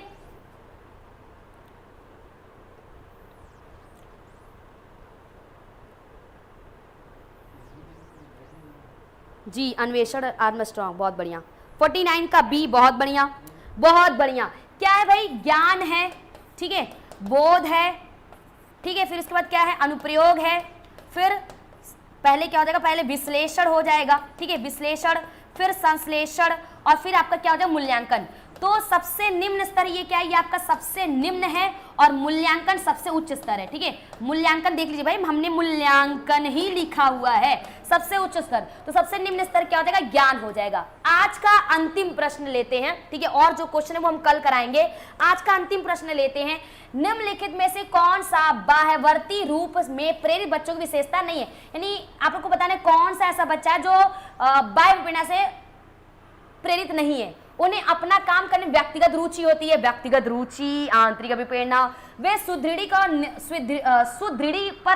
सुदृढ़ीकरण पर निर्भर करते हैं, मतलब कि they depend on the reinforcement. कितना खतरनाक है ना, सुदृढ़ीकरण मतलब प्रबलन, पुनर्बलन। वे पुरस्कार पाने के बारे में आशा करते हैं, वे एक आंतरिक बल का अनुभव नहीं करते। निम्नलिखित में कौन सा बाह्यवर्ती रूप से प्रेरित बच्चों की विशेषता नहीं है? यानी आपको बताना कौन सा बच्चा बाह्य रूप से प्रेरित नहीं है, जल्दी बताइएगा। बहुत बढ़िया, 50 का ए करेक्ट है, करेक्ट है, बहुत बढ़िया, बहुत बढ़िया मंजीता जी, 50 का ए सभी लोगों ने करेक्ट बताया है। 50 का ए सत्यवती जी। जी क्या हो जाएगा? वे अपना काम व्यक्तिगत रुचि से करते हैं, क्योंकि ये किसका उदाहरण है? ये आंतरिक अभिप्रेरणा का उदाहरण है, ठीक है। ये किसका उदाहरण है? ये आंतरिक अभिप्रेरणा का उदाहरण है। तो आपका ऑप्शन ए हो जाएगा करेक्ट आंसर। तो ये रहे आपके 50 क्वेश्चन मैराथन के, सीडीपी के 50 क्वेश्चन। आज के क्वेश्चन इंपॉर्टेंट क्वेश्चन है, ध्यान रखिएगा। इस क्वेश्चन को जो अगर इसके एक्सप्लेनेशन को नहीं देखेंगे तो गलती हो जाएगी आपसे। तो ये रहे 50 में से अगर आपके कितने नंबर अगर आप बता देंगे तो बड़ी खुशी होगी। और इसी के साथ हम आज की क्लास को ओवर करते हैं। जाइए आप लोग खाना खाइए अच्छे से, और अपनी जो भी क्लासेस उसको रिवीजन करिए, अच्छे से पढ़िए, ठीक है। उम्मीद करते हैं क्लासेस आपको अच्छी लगी होंगी। अगर अच्छी लगी होंगी तो वीडियो को आप लोग लाइक कर दीजिएगा, लाइक करना भूल जाते हैं, ठीक है। संडे को मिलेगी, संडे को, ठीक है, संडे को। अरे भावना मैम ऑलरेडी उसमें 25 दिए गए हैं, वो भी तो लगाना है आपको। पूरे 35 मॉक टेस्ट दिए जाएंगे। चलिए ओके। योगेंद्र जी बहुत बढ़िया नंबर है, 45 नंबर, बहुत बढ़िया। नंदिनी जी 48 नंबर, 2 नंबर दुखी है, ओके। रुमाना जी 30 में से 30, बहुत बढ़िया रुमाना में, बहुत बढ़िया। आगे के 20 क्वेश्चन देख लीजिएगा, ठीक है। 45, 48, 50, 48, क्या बात है। 46 डेली यही टाइम कॉल होगा? नहीं नहीं, टाइम 6 बजे है। सीडीपी की टाइमिंग 6 बजे है, आज थोड़ा सा लेट हो गया। सीडीपी की टाइम 6 बजे है। सीडीपी आपका 6 बजे होता है। और टेलीग्राम से जुड़ जाइएगा, इसके पीडीएफ आपको मिल जाएंगे, उसको एक बार दोबारा देख लीजिएगा। तो आज की क्लास को यहीं ओवर करते हैं। तो सभी लोग जाइए, अपना ध्यान रखिए, खाइए पीजिए, अच्छे से खुश रहिए, अपनी तैयारी बढ़िया से करिए, अच्छे से ध्यान रखिए खुद का, ठीक है। तो मिलते हैं कल की क्लास में। तब तक के लिए सभी को जुड़ने के लिए धन्यवाद। सभी को जय श्री श्याम और सभी को शुभ रात्रि, गुड नाइट सभी को, ठीक है।